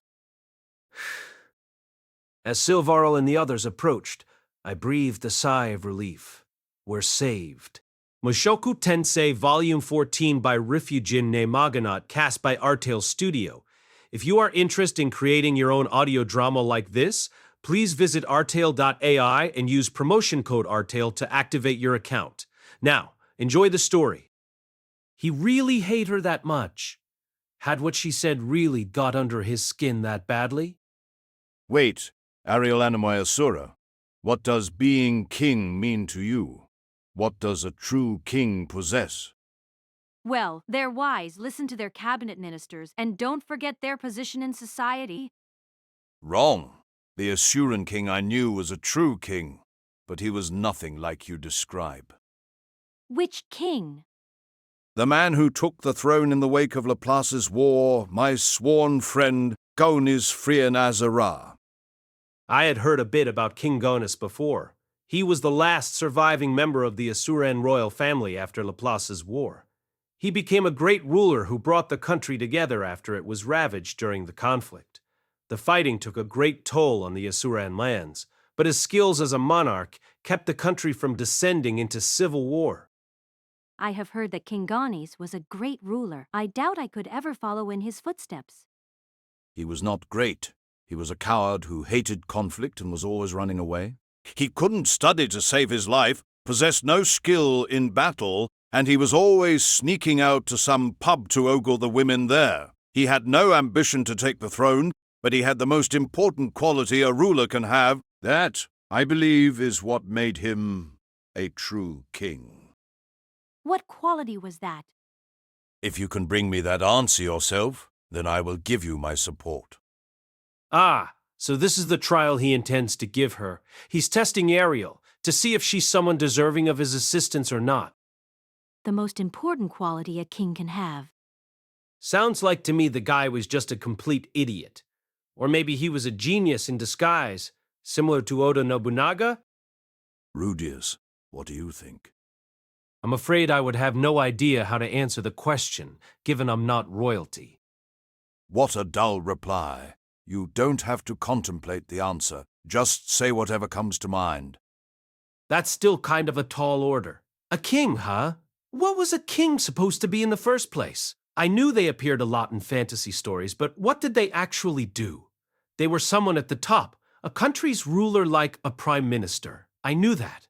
To be honest, I didn't have much of an interest in politics even in my previous life. All I did was look at how other people online reacted to politicians and followed their lead.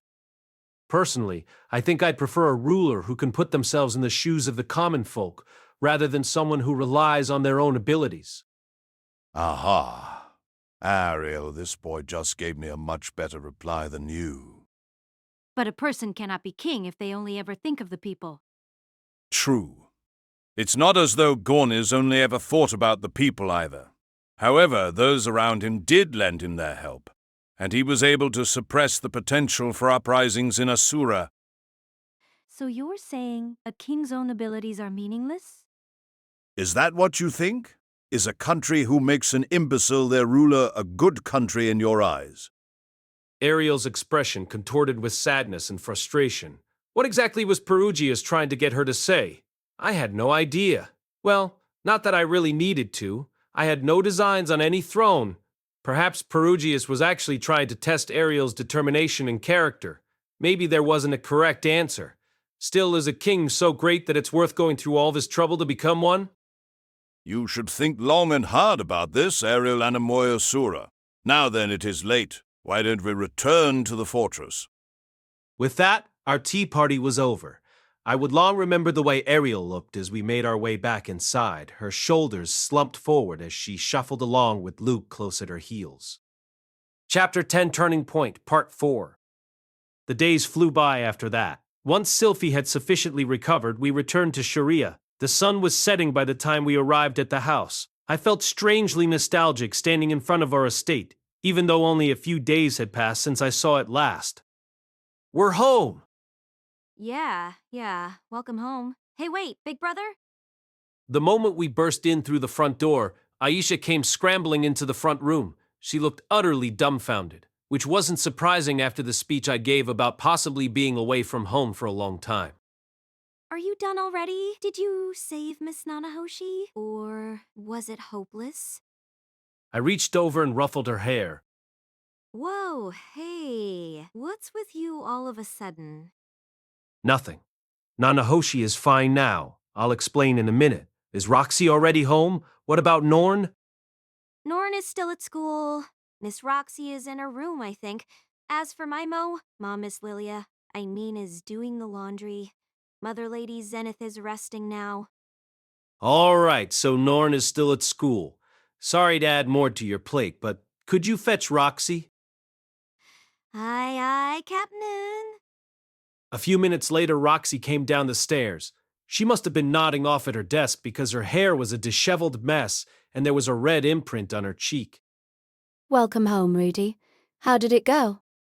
I'm about to explain that, but before I do, I slipped my hands under her arms and lifted her, wrapping her tightly in my embrace. We did promise that I would do this when I came home. Wow. Welcome home. I'm glad to be back. After that whirlwind adventure, I was finally home. And that's what happened. I recounted everything to them. It was a lot. I didn't go into thorough detail, but I did include everything pertinent. I took particular time in relaying everything I learned in relation to Zenith's curse. We would need to keep a careful eye on her. I'll continue staying at the floating fortress for now, but I'll come home at least once every 3 days. Ariel and Sylphie were also going to stay at the fortress until their efforts came to fruition. Sylphie also intended to return home every few days. None of us would be able to attend school, but, well, as long as we showed up for homeroom, Shirley would be fine. I hadn't taken any classes lately anyway. Very well, Lord Rudius. I shall take proper care of the house and Zenith in your absence, so you need not worry. I had put quite the burden on her shoulders. Anyway, that was the end of my report. Our family meeting was adjourned. I'm completely pooped. I think I'm going to rest. What about you, Rudy? I'm going to hit the sack after taking a bath. Should I wait in bed for you? Nah, don't worry about it today. All right. And with that, I left Sylphie to rest.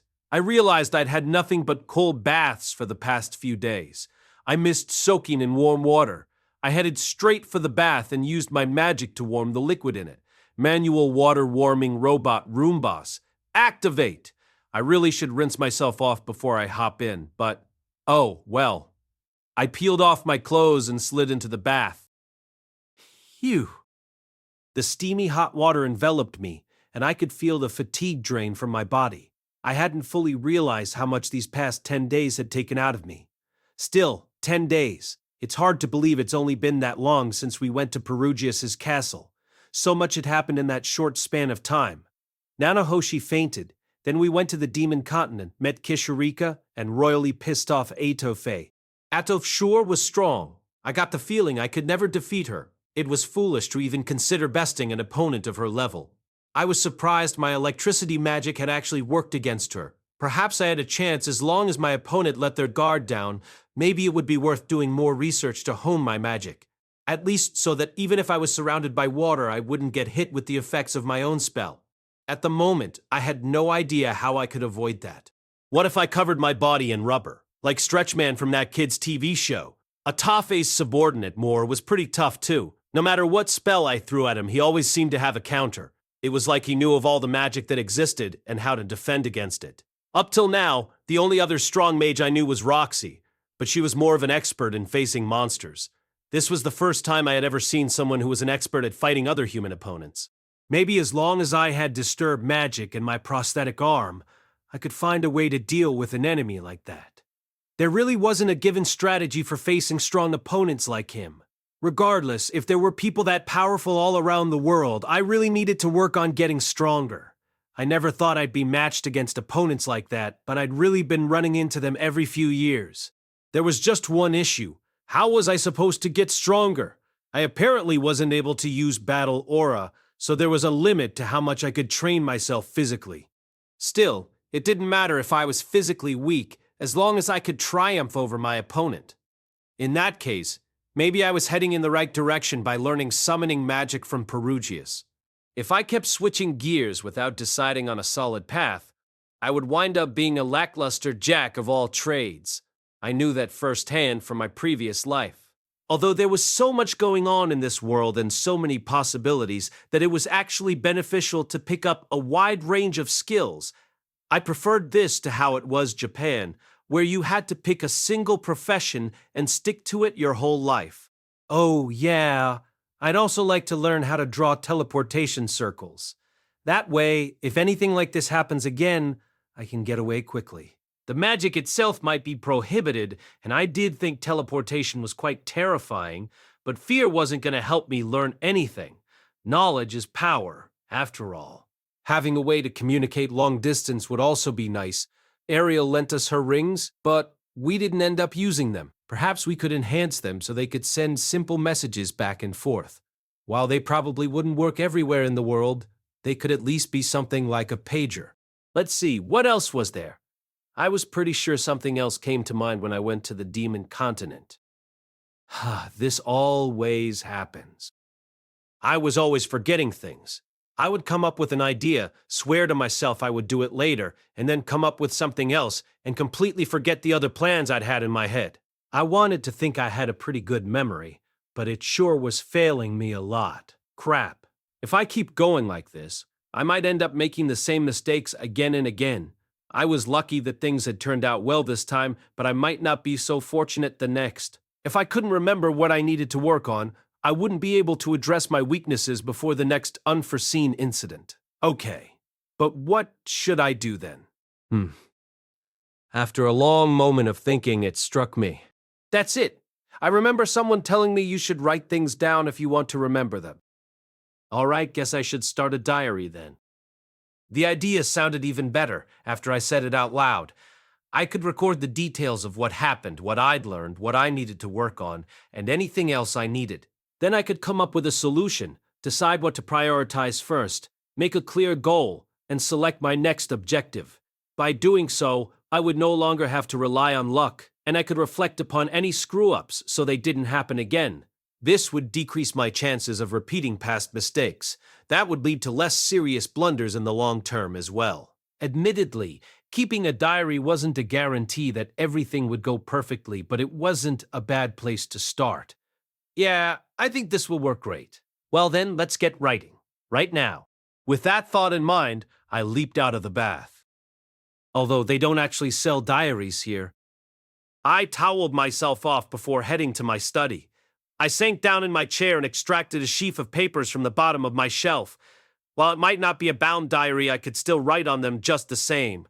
Recording things was the most important part, but just writing on some loose-leaf papers is a bit depressing. Let's make a little project out of this. Not that starting in style was the be-all and end-all, but it couldn't hurt to dress up the appearance of my new diary. I gathered up the loose papers and placed them on my desk. I used magic to punch holes through the edge. Then, I used my earth magic to create rings to insert through them. Next, I needed 3 boards and a hinge. I could throw them all together in book form, so they could open with my sheets of bound paper inside. And with that, my binder-style diary was complete. How much do you think it cost me? Nothing. Completely DIY. Okay, well, the paper did cost money. Wonder if anyone here would buy a hole puncher if I made one for sale. It was worth writing down at least. If I didn't note all my ideas, I'd eventually forget about them. So, how do you go about constructing a hole puncher? No. I had more important things to write down first. Where should I start? How long had it been since I last kept a diary? When I was a shut-in in my previous life, I tried one of those text websites, but I didn't keep up with it for very long. I might go down that same path if I wasn't conscientious about this. Fortunately, this body of mine was pretty receptive to routines, so I would probably do it automatically as long as I made it a habit. Okay, I should probably stop that. It sounds weird to talk about this body in the third person, as if it's not my own. What I should have said was, I'm the type who does things diligently as long as I make them a habit, so it shouldn't be a problem. Much better. As I had that inward back and forth, I started scribbling down the events from the past 10 days. I was yawning by the time I finished. Before I knew it, I was overcome with drowsiness.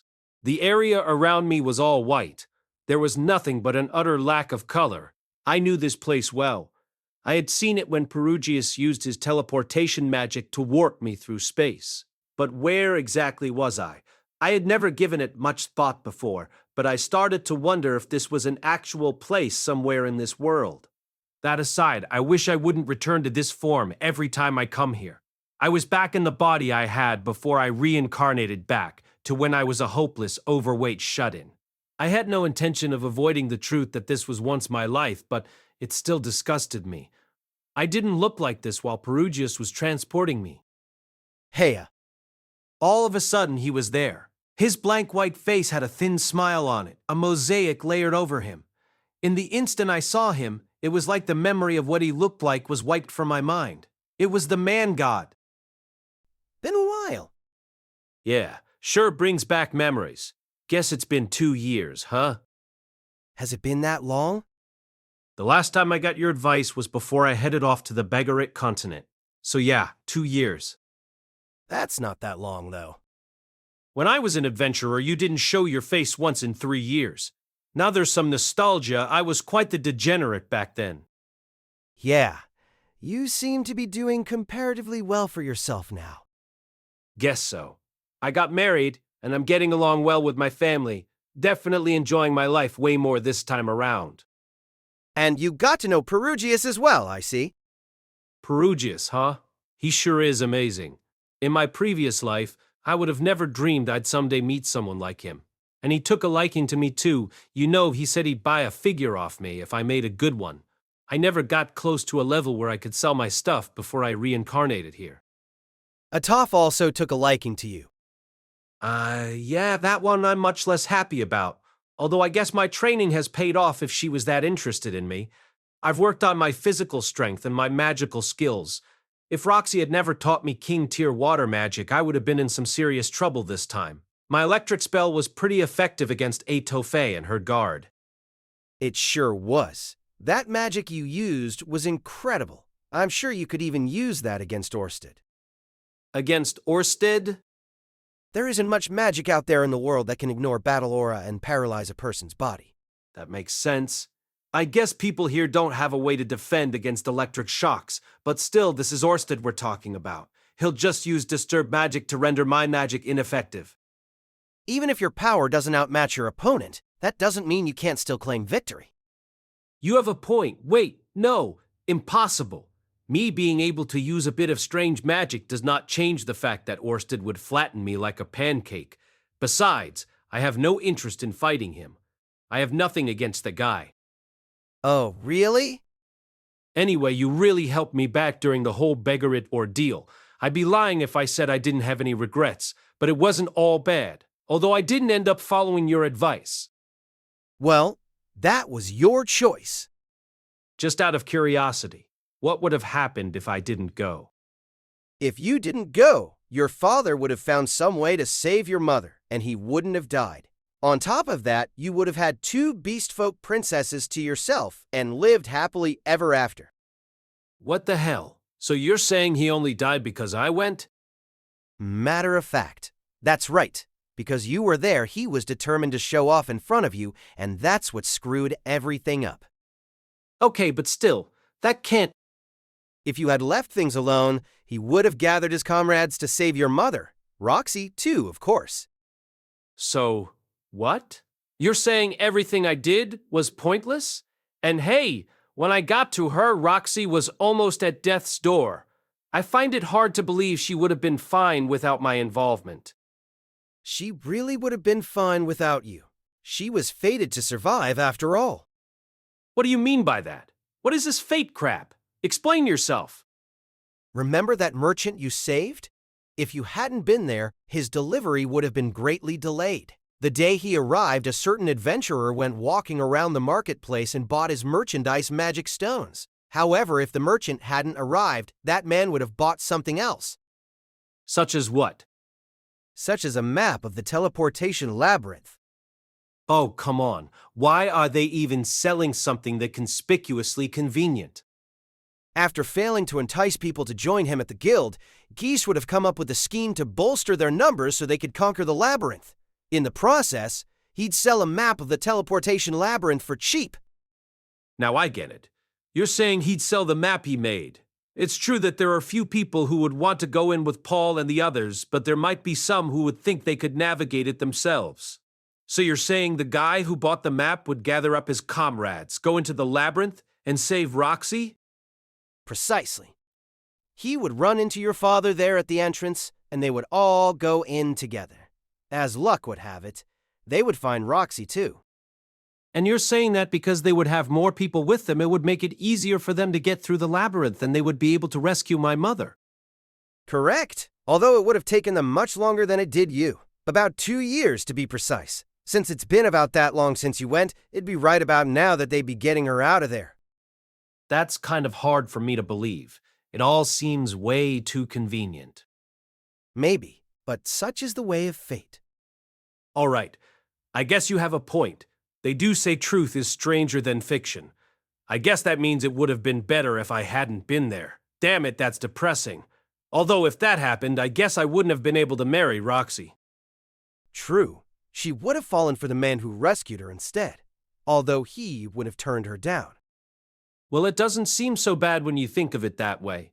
I do love Roxy, after all. Though it did result in Paul's death, it makes me feel pretty conflicted to think I had to lose him so I could get married to Roxy.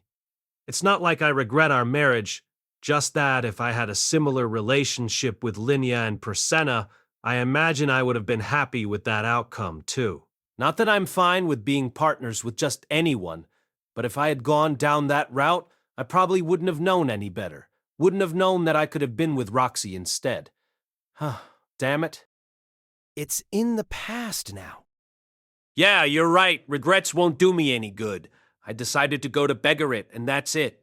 Right now, I am happy. The choice I made might have been a mistake, but that doesn't change how things are now. I have regrets, but I don't think it was all bad. You sure are optimistic. Anyway, what's the reason for your visit today? Something else troubling coming my way? No, nothing too big. It's less advice and more like a favor. A favor? From you? Now that's unusual. You've never asked me for anything before. Even I sometimes need to call in a favor. Okay then. Whatever it is, say it. Doesn't seem like it would be bad to listen to what you have to say and follow your advice every now and then. I think I've been a little too distrusting of you. Oh, really? It pleases me to hear you say that. Well, you have gone to great lengths to help me. In fact, I feel bad for doubting you so much before. I just thought you were getting your kicks from watching me suffer. That's why I acted that way. You wound me. Given my name, you should realize I'm a god after all. True, I do get bored and want to watch when something entertaining is going down, but I'm not in the habit of leading people astray just to take pleasure from their misery. Yeah, I thought so. There aren't many people like that. Agreed. So, what is it you want me to do? Nothing too important. I just want you to go down to your basement when you wake up. Check and make sure nothing odd is down there. If you don't see anything, then don't worry about it. Anything odd? Why would... Nah, never mind. I got it. I won't question you this time, I'll just do it. All right then, you have my thanks. As my consciousness began to fade out, a sickening smile split across the man-god's face. My eyes cracked open. A candle flickered at the edge of my vision. I glanced through the skylight and saw the moon in the sky. There were no other sounds. The house was silent.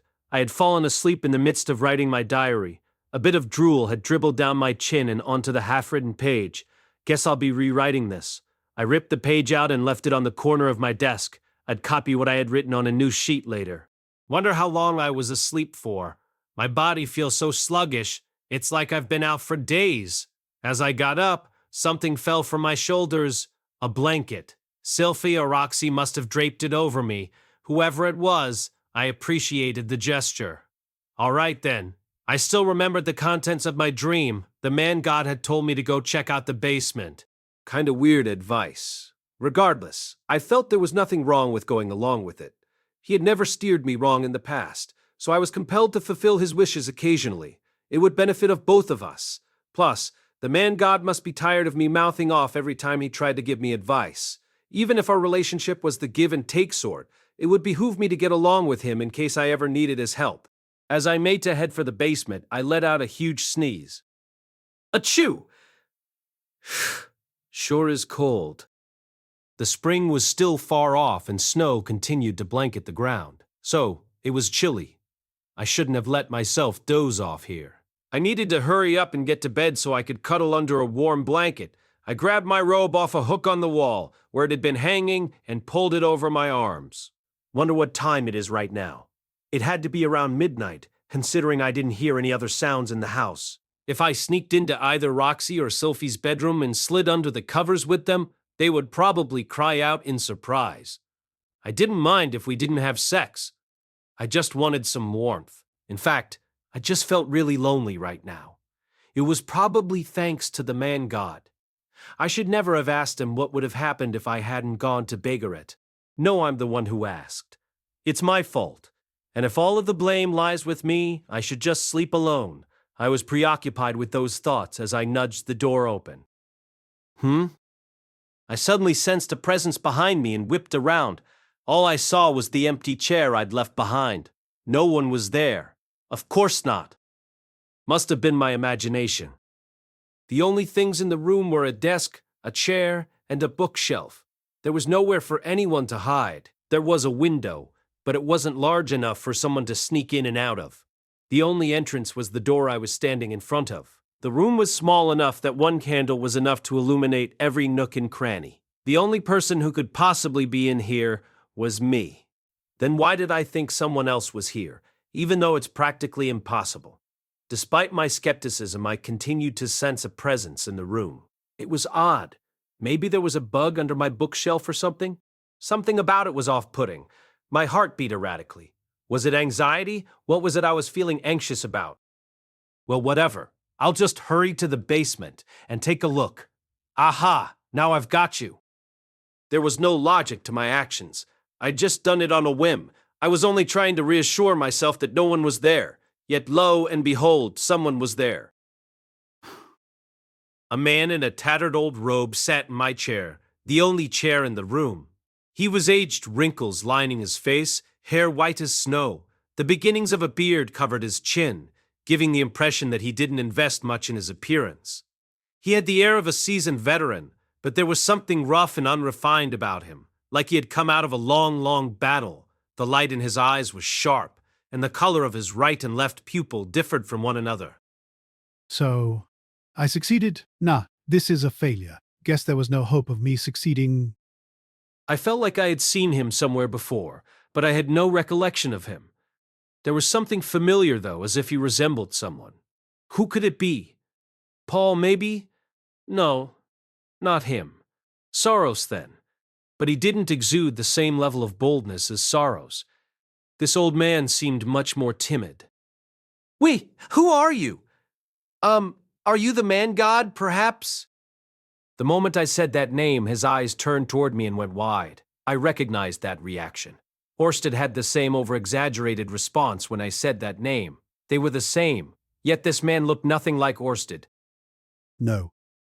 He slowly shook his head, staring straight into my eyes. There was strength in his gaze. He refused to look away. It was like I was being sucked in, almost like I was staring into a mirror. The old man gazed at the door behind me and frowned. He pointed a gnarled, bony finger at it, and the door slammed shut. I jumped at the sound it made. How did he do that? Confused, I turned toward him. There was a glint in his eyes as he glared back at me. Don't go down to the basement.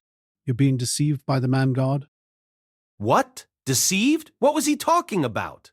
I didn't understand. Hold on a second here. Who the heck are you? And how did you get in here? I am. That name gave me a shock, the likes of which I had never felt before. I was the only person in this world who knew that name. It was one I would take to the grave without ever sharing it with anything else, one I wanted to forget, one that shouldn't exist in this world. My name from my previous life. I came from the future.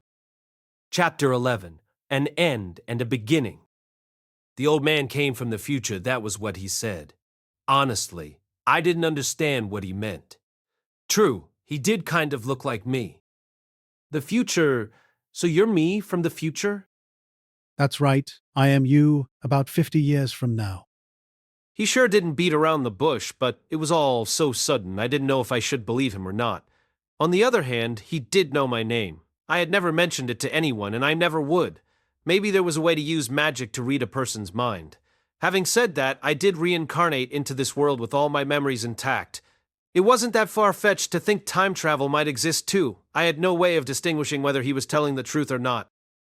Sorry, but I don't have time to explain the ins and outs of time travel magic to you. What do you mean by that? Exactly what I said. I know it sounds like a phrase straight out of a Hollywood film, but I really don't have much time. You need to listen. He made that Hollywood reference without missing a beat. That meant he had to have some connection to my previous life. Maybe he really was me from the future. There was a glint in his eyes and a darkness lurking within. Frankly, he looked like someone who killed people daily.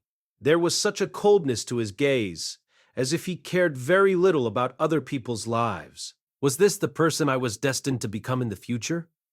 It couldn't be. It was too hard to believe. Yet the expression on his face was earnest. Okay? Let's just assume that he is me 50 years from now, and at least listen to what he has to say. There is nothing in the basement. At least I went down there and thought there was nothing. I felt at ease in the following days because the man god said there was nothing to worry about if I didn't find anything. But I was wrong, and I can tell you why now. Wait, what? Is that a regular hand? Listen up. I think there's probably a rat down in the basement, a sick one. It probably has purple teeth, almost like a magic stone. I have no idea where it came from or when it got down there. Most likely, it sneaked into my luggage while I was in Perugius's floating fortress. It doesn't really matter where it came from, though. You'll startle the rat when you go down there, and it'll run to the kitchen. There, it'll rummage through the leftover food you've got sitting out. Aisha will find it dead there the next day and dispose of it. I remained silent and simply listened. Aisha will get rid of the leftovers by feeding them to a stray cat. His left hand isn't a prosthetic. Is this guy really me after all? Or did he find some way to restore his lost arm in the intervening 50 years? However, before then, Roxy will get peckish and come downstairs to grab a little bite of those leftovers. As a result, she'll contract the illness the rat carried. What? Roxy will get sick? Petrification syndrome. I felt like I had heard that name before. That's right. It's supposed to be an illness that one can only cure with God-tier detoxification magic. It was an incurable disease that would slowly turn the infected into magic stone. But where exactly did I hear of it? We didn't realize at first, after all, it's exceedingly rare for someone to be infected with petrification syndrome. The pathogens can only take refuge within a life budding inside another person. Wait, do you mean? Yes, an unborn child. The disease only affects pregnant women. I was shocked when I discovered that later. What? But Roxy isn't... Matter of fact, she is pregnant. But that's not surprising. The two of you have had sex. It's only natural. Wait, Roxy is pregnant? Wow. It was extremely joyous news, and yet it was being delivered in the grimmest way possible. For some reason, some rats are resistant to the disease and act as carriers of petrification syndrome. You'll recognize them at a glance. Their teeth have turned into purple crystals. They transfer pathogens to anything they bite into. It can only be orally transmitted, and the pathogens don't survive for very long after leaving their host. It takes half a day at most before they die out. Plus, it's not very contagious since only pregnant women are affected. The pathogens take up residence inside the fetus and transform it, thereby turning the mother's body into stone. And Roxy was going to come down with this disease? If you carelessly go down to the basement and drive that rodent out, Ahisha will complain to you the following day that she found strange rat remains in the house. 2 weeks later, you'll hear about a cat who was infected by petrification syndrome. Roxy will come down with a fever shortly after. And what will happen to her? She will die. His reply was so blunt and to the point that it left me speechless. Roxy will slowly lose her mobility. Until she's confined to a bed, her feet will begin to turn to stone, and it's then you'll realize she has petrification syndrome. And she never got better during your time? Didn't you try to cure her? I was so desperate to help her, I even went to the holy country of Milis. I learned the incantation necessary to cure her, but so much happened along the way, and it took me too much time. When I finally got back, it was too late. Her body was already halfway gone, and she was dead. No, that can't be... The incident will be linked to something that happens 30 years from now. It's all because of what the man god says. Don't be misled by him. You have memories of your previous life, so you should understand. He is the root of all evil in this world, the final boss. But why is he after Roxy? I still don't know the answer to that. However, I do know that he is moving with some objective in mind. The last thing he said to me was this: "Thanks to you being such an idiot, everything went exactly as I planned. Damn it." The man god actually said that? Still, As for what his goal is, maybe Orsted or Laplace might know. I didn't get a chance to meet them these 50 years. There's a high chance you won't be able to either, even if you look. Even Nanahoshi didn't have a clue where to find him? I never asked her, but maybe you could give it a try. Even if she doesn't know exactly where he is, she is intelligent enough to think of all kinds of contingencies, so she may be able to come up with something. What ended up happening to Nanahoshi? At the very, very end, she failed. I messed up trying to comfort her, and then... So she never managed to make it home? Then she must have fallen into despair and taken her own life. Okay, I don't need to hear any more. Yeah. I don't want to talk about it either. There is something else, and it's important. You'll learn about this 10 years from now, but the man god isn't actually called that here. What do you mean? He's a god of the humans, in other words, the god of men. Everyone who's heard of him knows him that way as the god of men. Only those who have actually met know his name, the man god. Why he's chosen to refer to himself that way is beyond me. I assume it's his way of messing with people. That made sense. So that was why some people Orsted had such an exaggerated reaction to the name. The only people who knew it were those who had met him and been deceived by him. On the surface, he only seemed to say things that benefited me. He hasn't told you a lie yet up until this point. Not as far as I, or you, rather, can tell. His fist began to shake. Something sparked inside of it, crackling like electricity. But it was all for one purpose, to make someone as guarded as you let your defenses down so that you would obey him without question. Although I stared in mute amazement at the spark shooting from his hand, I also steeled myself in case he tried anything. Don't be fooled. You've read manga, haven't you? You know that the people who talk about trust the most are the ones who always tell lies. Yeah, I know that, but... No, you know nothing. After you lose Roxy, you'll lose Sylphie next. You'll be so broken in the wake of Roxy's death that you won't even think about her for a while. Hurt by this, she'll fall into depression. The man god will take that opportunity to manipulate Luke. Luke? Seriously? Yes. Afterward, You'll hear about it from the girl who was dating him at the time. She'll say he suddenly woke up one morning in a panic, claiming to have heard the word of God. And what happens after that? Luke counsels Ariel to make haste to Asura. Sylphie abandons you to go with them. After having failed to garner Perugius' support, Ariel is at a disadvantage. She hedges her slim chance at victory on starting a civil war. But she is defeated, and Sylphie dies in battle. Sylphie dies? You're going to lose them both. I can still hear the man-god's voice when he revealed all of his trickery to me. That high-pitched laughter, the way his hand felt as he clapped me on the shoulder and told me, "Nice work." Damn it, fuck. I'll say it again. Do not trust him. You will regret it. I don't have much time left. But I guess even having said all this, you probably don't know what to do now. The old man sucked in a breath, struggling to exhale. He almost looked like he was on death's door. Was he sick with something? First, let's see. Yes, Eris. Hearing that made me frown. I want you to write her a letter as soon as you can. Tell her you may have cheated on her a little, but you still love her. No, I don't. She's the whole reason I had Edie before. Forgive her for that. You're a man, right? You should be able to do that much. I scowled. Self-mocking, well, I couldn't forgive her. The two of us didn't get along so great for a couple of years. What do you mean by that? She nearly killed me countless times.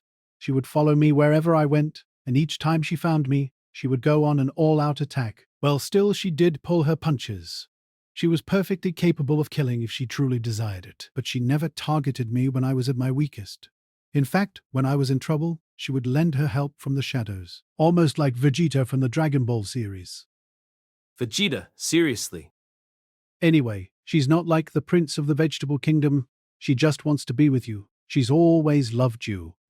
Because of those feelings, she's always poured maximum effort into everything she does.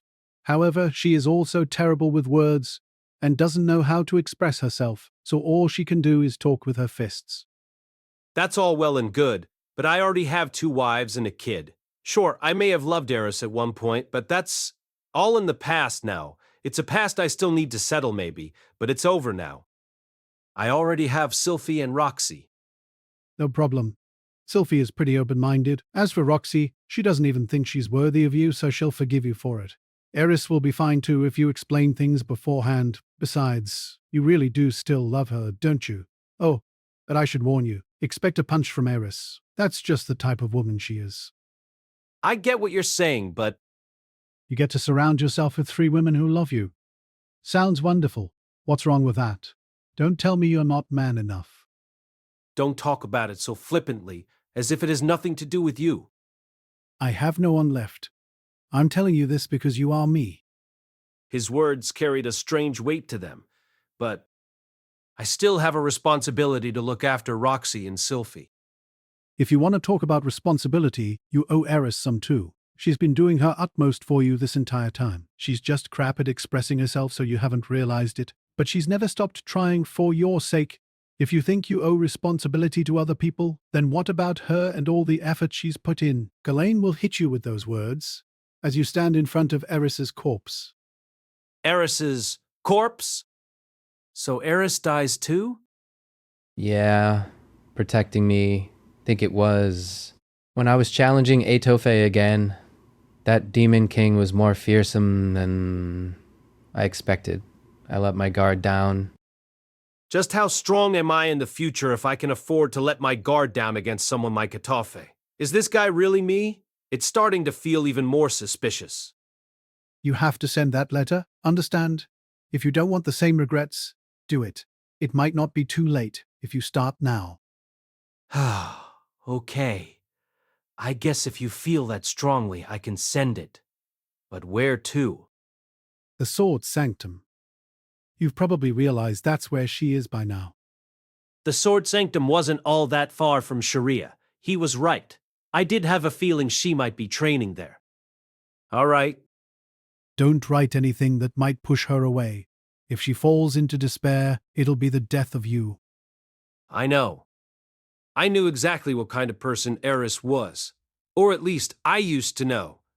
If what he was saying was true, then she never intended to abandon me. I simply didn't realize that this entire time. Now that I considered what he was saying, she was pretty awful with words. It wasn't surprising that her feelings didn't get through in that letter she left me, and that was the reason the two of us had this misunderstanding, and I lost my way. Phew. Also, I forgot to say one important thing. Don't treat the man God as your enemy. What? But you said he's been deceiving me. Yes, but he's not someone you can defeat. I certainly wasn't able to. I could never reach him. By saying he couldn't reach him, does he mean physically? So that space where the man God resides, it really is somewhere here in this world. When I realized that, my entire body quaked. I knew I would never be able to get vengeance for Roxy or Sylphie. I poured everything I had into beating him, but I couldn't even get to him. I can manipulate electricity and gravity, but the man God would never come anywhere close enough for me to use my magic against him. I can make things levitate. I can send messages to people from a distance. I can even regrow an arm. More than that, I managed to leap through time and return to the past, although this magic was actually a failure. A failure? What part of this was a failure? He was here right now, right in front of me, wasn't he? I am sure you have begun to realize it, but the magic in this world is all-powerful.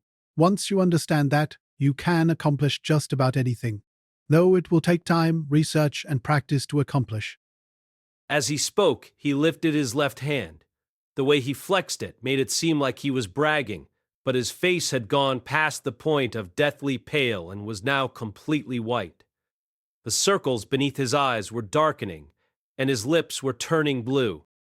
But none of this power has any meaning. It was all too late. By the time I got strong enough, the people I wanted to protect were all gone. There was still a glint in his eyes, but the power had already fled them. His breathing was erratic and raspy. Do you understand what I've said? I'll tell you one more time. I hate the man God, but I also can't triumph against him. There is no way to beat him. I could not find a way to reach him by myself. The things I required to get to him didn't exist while I was alive. So don't try to fight him. I have no idea what he's after, but even if you have to act like his toady, do it. Don't oppose him. Let him do as he likes. Then, while all the people you love are still alive... All the strength fled his hand and it fell limp. He lifted his chin, his gaze wandering to the ceiling. There are 3 things you have to do. Consult Nanahoshi, write Eris a letter, and doubt the man God without opposing him. That's all. I didn't respond to him. It was all so sudden that I didn't have anything to say. One thing was clear. He was desperate to try to tell me something. See, can't you give me any more concrete advice than that? Advice, this brings back memories. That's right. I used to be a slacker when I was your age. Well, you know, I would love to give you more details and tell you as much as I can, but my time is up. You keep saying that you're out of time, that your time is up. What's with that? Are you in a hurry to catch a midnight anime special or something? No, I mean it's over. And while we're on the topic, don't rely on others. If you remember when you first came to this world, you didn't rely on anyone. Now that he mentions it, I have been leaning on other people a lot recently. Also, with me coming here, your future should have already changed. The things I say now might not come to pass anymore, but me traveling back to the past like this won't change the history I lived through. In the next instant, the focus faded from his eyes. Both of his arms hung limp, and he threw his chin up, painfully gasping for air. You'll lead a life that's different from mine. You'll succeed and fail, just like you always have. You'll reflect on your mistakes and regret them too. The old man stirred, and the movement caused him to fall out of the chair. Hey, are you okay? I rushed to his side and pulled him into my arms, only to shudder in horror. As muscular and tough as he looked on the outside, he was unbelievably light. He probably didn't even weigh 40 kilograms. What the heck? What's wrong with his body? Don't for a second believe that me coming from the future means you can rectify your mistakes the same way. This magic was a mistake. There's no such thing as being able to redo your life. I used this diary as a guide for what date to return to, and I brought it with me. I've written all my experiences in it. Please do what you can to make sure you don't regret. Don't let that bastard laugh at you like he did to me. Tears welled up in those hardened eyes as he fished a thick file from his ratty robe. The thing was pretty worn from years of use, but it looked familiar. It was the same folder I'd made for myself just moments before. As I took it from him, the man's hand slipped and struck the floor. That wasn't what caught my attention, however. When he pulled out his diary, I caught a glimpse at the inside of his robe. Where there should have been a stomach, there was nothing in technology. What is that? What's wrong with your body? My magic was incomplete. I wasn't able to bring my entire body when I traveled back in time. What? But you just said you could even regrow your arm. I don't have any mana left. Sorry. If only Cliff were still alive, then maybe this would have gone smoother, just a little bit longer. I have some more info. Sorry. You've already done enough. You don't have to say any more. I don't want you to have regrets or for things to go the way the man God wanted. Why at a time like this, when there's so much I still need to say? But I came all the way back here, if I could at least have a glimpse of... The man's eyes were no longer looking at me, or anything else for that matter. What he was saying made no sense. It was just a stream of vague babble now. A black shadow spread beneath his eyes, as if the shadow of death was hanging over him. So this is what a person looks like before they die. No, as they're dying. For an instant, his eyes regained focus. They were looking at something over my shoulder. The old man lifted a trembling hand past me. Sylphie, Roxy. Damn it, you're both as adorable as ever. A single tear spilled down his cheek as the light disappeared from his eyes completely. All the strength left his body and his neck fell limp. He was dead. I glanced over my shoulder, but the door was still shut tight. The man had made quite a ruckus, so I wondered if someone had woken up and rushed down to see what all the fuss was. The old man must have just been hallucinating as he took his final breaths. No sooner had I thought that than thundering footsteps came down the stairs. I hurriedly exited the room, just in time to see Roxy and Sylphie coming to investigate, each with a candle and weapon in hand. Rudy, I heard voices and some noise. Is someone here? Is it a thief, perhaps? The two of them looked relieved the moment they saw me, but they still had their guards up. Should I tell them about the old man? I hesitated. No, I shouldn't. No, sorry. It was just me being half asleep. I had a weird dream and used some magic. That's what caused all the noise, I think. My bad. It was just magic you used in your sleep, but I thought I heard someone shouting. Are you okay? If you're having a hard time, should we sleep in the same room? You know, my grandmother did say that when one is in pain, feeling the warmth of another human is the best remedy. No, I'm good. Pretty sure I'd try something dirty if I slept with you. And you're not quite back to full health yet, are you? As I refused Sylphie's tempting offer, Roxy pulled a face. If it's really that bad, you can sleep with me. Although, I have begun to suspect I might be... At any rate, if you could keep it to just some touching.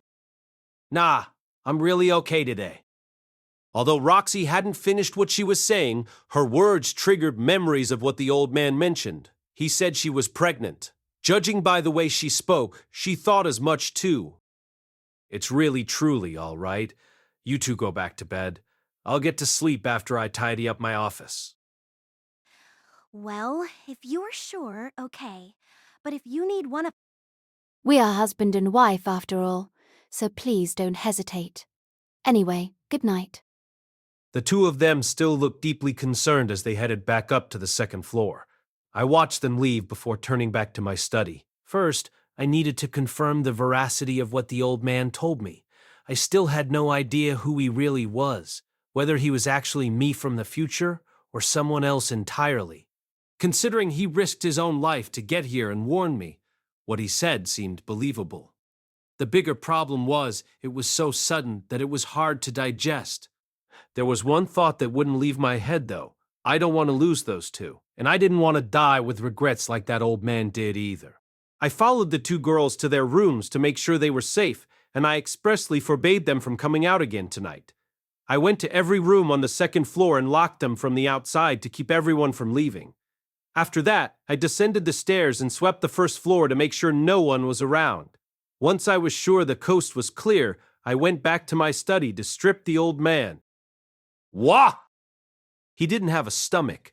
Beneath his rib cage was an open hole where all you could see was bone and skin. He had almost no intestines. That spot aside, the rest of his body was pretty incredible. It was hard to believe these were the muscles of someone in their late 60s. He was covered in battle scars. There was a particularly unique one on his chest, as if his skin had been welded back together there. Even his freckles were in the exact same places as mine. As far as I could see, he was exactly like me. The only thing that set us apart was that he had a fully functioning left hand. He did mention he'd regrown it himself. He must have been pretty skilled at healing magic to manage that. Other than the diary, he wasn't really carrying anything else. He didn't have any accessories or even a staff. All he wore under his robe was a shirt, underwear, and pants. There was nothing in any of his pockets either. Pretty sure if Sylphie and Roxy died, I'd be carrying around some kind of keepsake. On the other hand, if 50 years had passed, perhaps he'd been through a lot and lost those mementos. After setting his articles aside, I wrapped the old man's body in the blanket that had been lying nearby.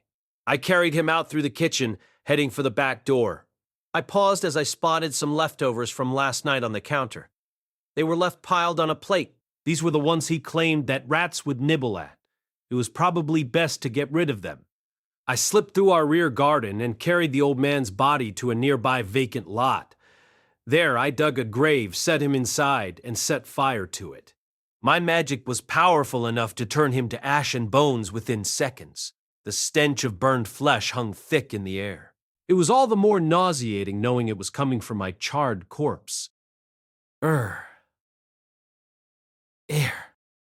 The thought made my stomach lurch.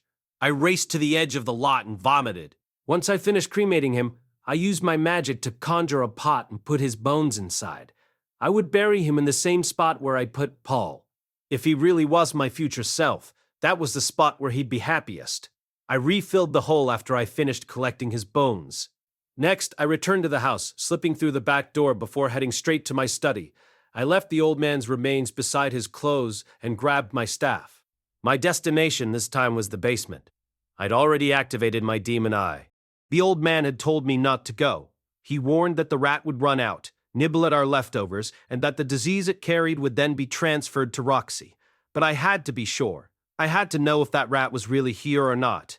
If I didn't see for myself, I wouldn't be able to believe what he said. Plus, if he was right, I couldn't leave that rodent unchecked. The stairs leading to the basement were dark. I pulled out a lamplight spirit scroll to illuminate the area.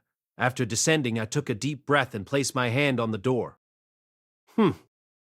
Dust had collected in a corner of the stairwell. I spotted what I was looking for, tracks. Rat footprints, to be precise. I could also see where its tail had dragged behind it. These footprints only went one way, into the basement. There were no tracks to show it had left. I couldn't bring myself to open the door. Instead, I used magic to make a hole in the door about the size of my fist. Then, I poured mana into my staff and pushed it through the opening. I pictured ice in my mind, enough to fill the entire room. Inside were magic items and Aisha's fertilizer that she used in the garden, but all those things were inconsequential. Frost Nova. Frost Nova. A chill spread from my staff, enveloping every nook and cranny of the basement. I sent my lamplight spirit through the hole and looked in to make sure the entire room was iced over. Finally, I opened the frozen door, stepped inside, and immediately closed it behind me. I found the rat instantly. It was dead, frozen solid as it stood near the hidden door that led to my personal shrine. The creature's mouth was half open, purple teeth peeking out. They really did look like magic stones. I did a thorough sweep of the area to make sure a second one hadn't sneaked in. Once I was certain it was safe, I created a box with earth magic, used 2 sticks to safely pick up the rat's corpse and placed it inside. Then I sealed it so no one would inadvertently open it. Would it be best to burn this thing and be rid of it? Or maybe I should send it to the Magician's Guild for study. The latter seemed the best option. If I reported what I'd heard from the old man about petrification syndrome when I handed the rat's body over to the guild, they could check the veracity of his claims.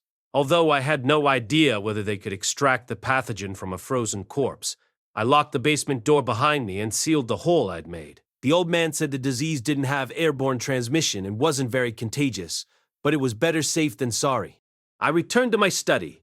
I was fully awake after all of that, so I wouldn't be getting shutier anytime soon. So what should I do first? Or rather, what is it that I can do right now? Should I read this weather diary the old man had brought with him? Maybe it could warn me about future events. Although, he also said that history had already changed. In sci-fi terms, I was already in an alternate timeline, one created by my future self, traveling back in time. Even if I read everything contained within this journal and prepared for it, it was likely that many of the things he'd faced wouldn't come to pass. My eyes fixed upon my ink bottle and the black stain it had left on my desk. Burn marks also remained from where the old man had concentrated mana into his fists and slammed them down. Seeing it triggered the memory of what he'd told me. There are 3 things you have to do. There was one thing in his list I could do right now. I sat down, took out a piece of paper, and grabbed my pen. First, I wrote Eris a letter. She was my first partner in bed, and someone I had once loved before she disappeared out of nowhere. I still had complex feelings about her. What should I even write? I wondered as I set my pen to the paper. Extra chapter, the birth of a new Sword King. 3 sword saints were gathered in the Sword Sanctum's ephemeral hall, each one of them on one knee. There was Nina Phalion, Gino Britz, and Eris Greyrat. Standing before them was the sword god, Gal Phalion. Your swordplay has already surpassed the level of Sword Saint. Gino's shoulders twitched. It's almost time to recognize the first Sword King since Ghislaine. Gino's eyes went wide. He clenched his fist, trembling. An indescribable emotion swept over him. He wanted to jump up and shout, but he tamped down on the urge. He had yet to identify what this sensation was.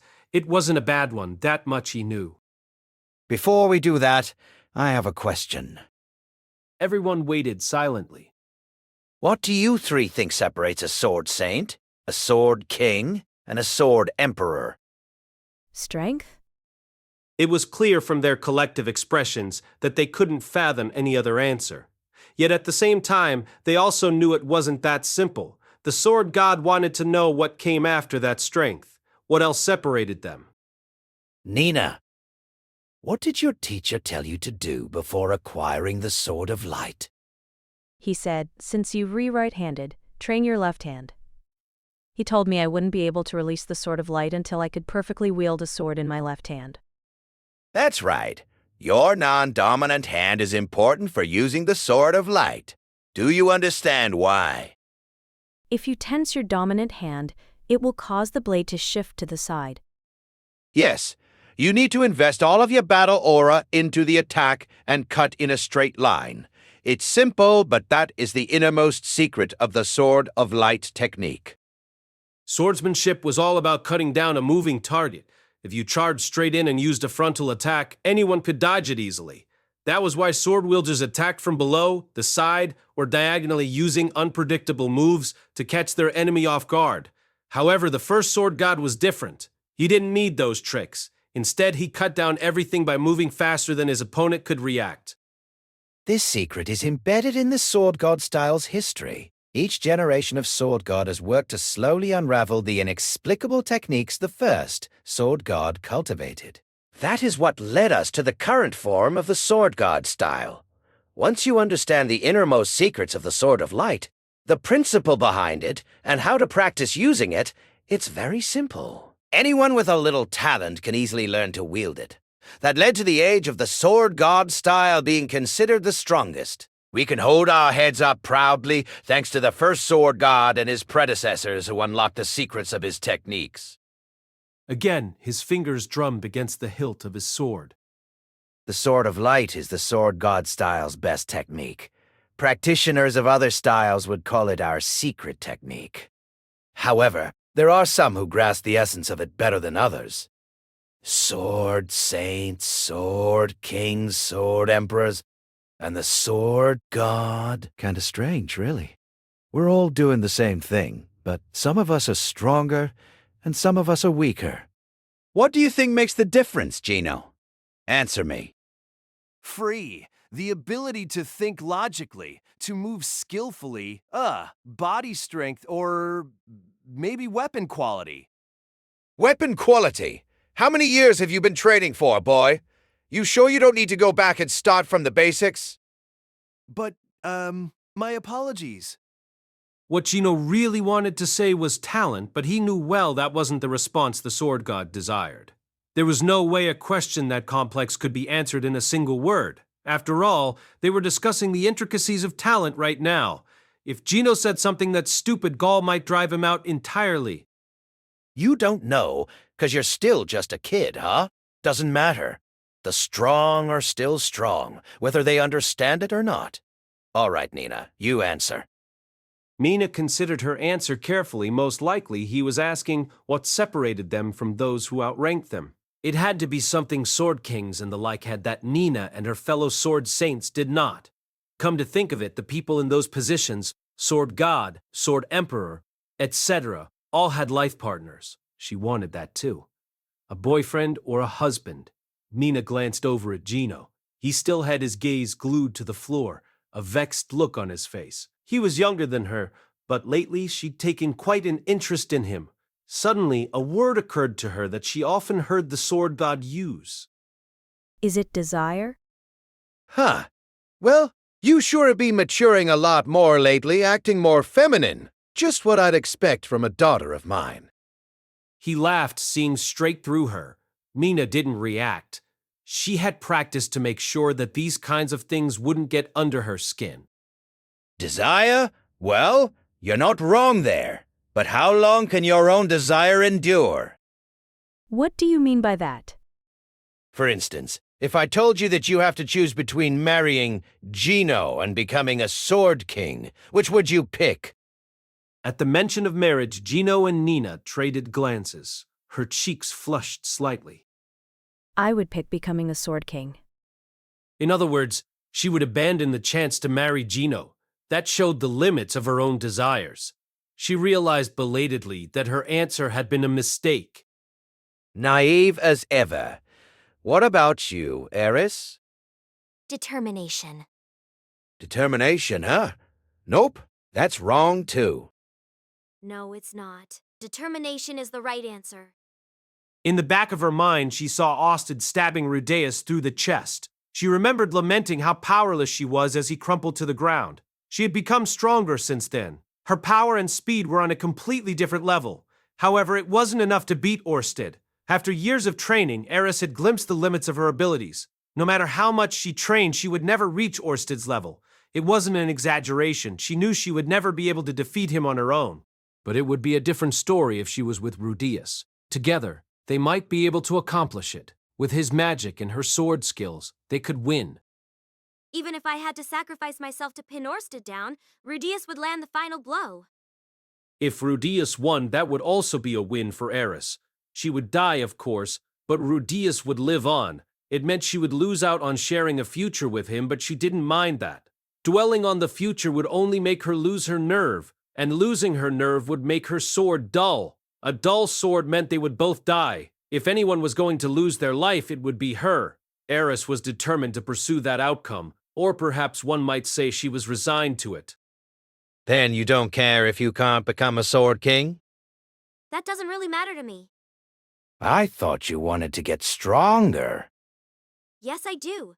But a title doesn't change how strong a person is, does it? All right. Eris and Nina. Whichever one of you can beat the other will be named Sword King. Gino's shoulders slumped in defeat. Nina and Eris faced one another. Each of them wielded a wooden sword. Although it didn't seem like a lethal weapon in the hands of two sword saints, it could easily be used to end another's life. This brings back memories of the first time I came here. Indeed. It had been several years since Ghislaine first brought Eris to the Sword Sanctum. Eris had been like a wild animal, and because of her Nina had tasted humiliation. After all, she had wet herself in front of Gino and the other sword saints. Just remembering the incident was enough to make Nina want to cover her face and writhe in agony. That said, she held no hatred for Eris. Thanks to Eris, she had become stronger. She discarded her pride and immersed herself completely in her training. Her humiliation was what motivated her. Today, I will be the victor. Bloodlust spilled off Eris in waves, but Nina didn't flinch. She was like an enlightened monk in training, the way she stared at Eris with a cool, composed expression. In the next instant, all hostility from Eris vanished. Her expression was the polar opposite of Nina's. She was smiling maniacally, like a predator staring down its prey. The way her disturbing grin stretched from ear to ear was enough to make anyone shiver. An instinctive fear sparked inside Nina. Many times had they traded blows under Water King Isolde's training, and Nina had lost. Of course, there were times when she won, too. But memories of defeat stood out sharpest in her mind, particularly because each time Nina lost, Eris had that grin on her face. Eris wasn't moving. She remained deathly still, that bestial smile on her face. This was rare for her, considering she was always the first to make a move. She was waiting to counter her attacks, Nina thought. She had faced counters numerous times when she fought Isolde. Eris couldn't use Water God-style techniques, but the North God style also possessed counters. That was most likely what Eris was aiming for. Silence hung in the air. Eris held her weapon at shoulder level, while Nina held hers above her head. They both stood perfectly still, only one step away from the other. Nina's face was expressionless, while Eris wore a big grin on hers. The two resembled a couple of eerie statues, the way they stared at one another without so much as flinching. This stillness was unusual for two students of the sword god style, which preached that the first to make a move would be the victor. How long are the two of you going to stand there and stare at each other?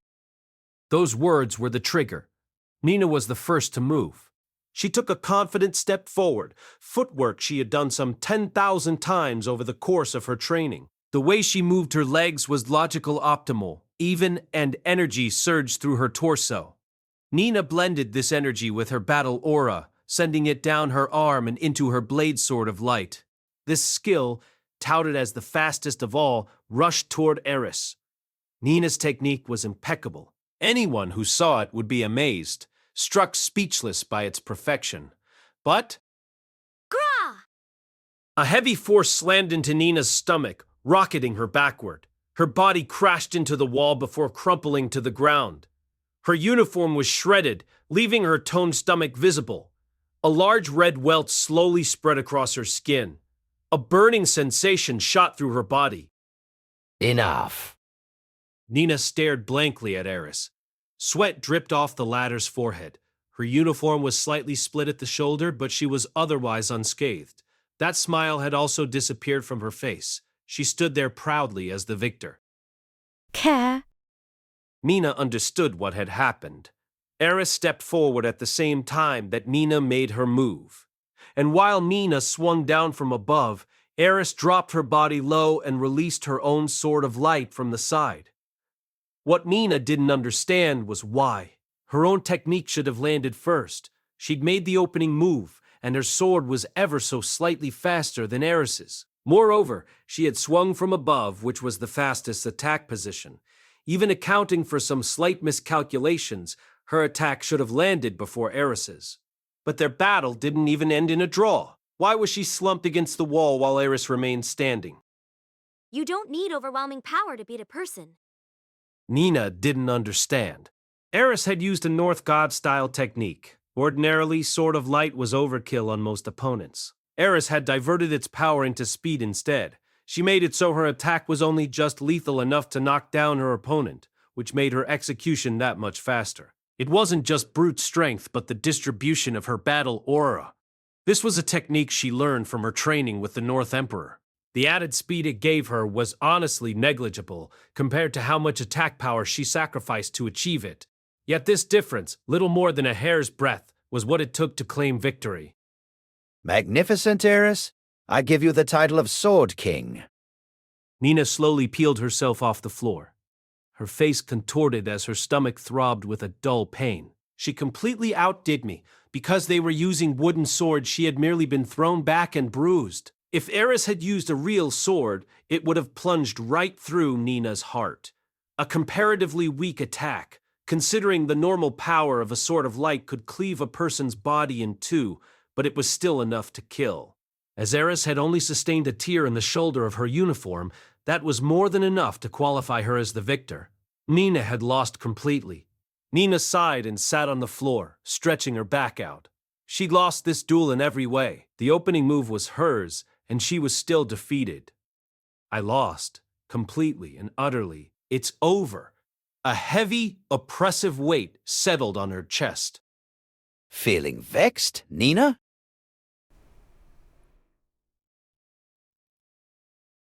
Yes. Large tears rolled down her cheeks. You still have room to grow. Buck up. Yes, Father. That day, for the first time in a very long time, she called Gal her father rather than her master. The sword god waited quietly for her tears to dry. Eris returned to frowning, crossing her arms over her chest as she stood nearby. I will give you the title of Sword King, but I have nothing more to teach you. You are a master. A master, as the name implied, was someone who had achieved complete mastery in the style. Nina and Gino traded looks. The two Sword Emperors and even Sword King Delane had never received the title of master. That was how exclusive such recognition was. I can also give you the title of Sword Emperor while I'm at it, but in that case, you will have to battle Ghislaine. If you want to go further and call yourself Sword God, you will need to kill me. The title of Sword God doesn't matter to me. I figured you'd say that. Well, then, what are you gonna do now? First, I'll return to my family. As the sword god gazed into her eyes, he was struck by how bright they were. Eris had always carried a sense of loss with her. If she continued her quest to become stronger and didn't lose sight of her original objective, perhaps she could actually bring down the invincible Orsted. Such was the potential that Gaul sensed in her. Come, Eris. As proof that you are a Sword King, I shall give you one of my 7 blades. Okay. That day, Eris Greyrat's long years of training came to an end. As Eris and the sword god left, the ceremony to determine the new Sword King officially ended. Only Nina and Gino remained in the room. For a while they sat in silence. Both were overcome with frustration and envy, but neither one would let it show on their faces, nor would they speak of it. Silently, they both stood up and walked shoulder to shoulder over to the edge of the ephemeral hall where the wooden swords were kept. Each of them reached for a weapon. Shortly thereafter, the clang of their blades could be heard echoing through the room. It was a common symphony that rang through the sword sanctum daily, and as the two trained, so too did that rhythmic tune continue. About the author, Raifujin Namaganote, resides in Gifu Prefecture, loves fighting games and cream puffs. Inspired by other published works on the website Let's Be Novelists, they created the web novel Mushoku Tensei. They instantly gained the support of readers and became #1 on Mushoku Tensei Vol14 by Raifujin Namagano, cast by Artel Studio. If you are interested in creating your own audio drama like this, please visit artel.ai and use promotion code ARTEL to activate your account. Now enjoy the story. The site's combined popularity rankings within the first year of publishing. If you base your actions around the benefit of the group rather than your own self-interest, then the people you help will in turn lend you their support when the time comes and you need it. Thank you for reading. Get the latest news about your favorite 7 Seas books and brand new licenses delivered to your inbox every week. Sign up for our newsletter or visit us online, gomanga.com/newsletter. Download all your fave light novels at Just Light Novels.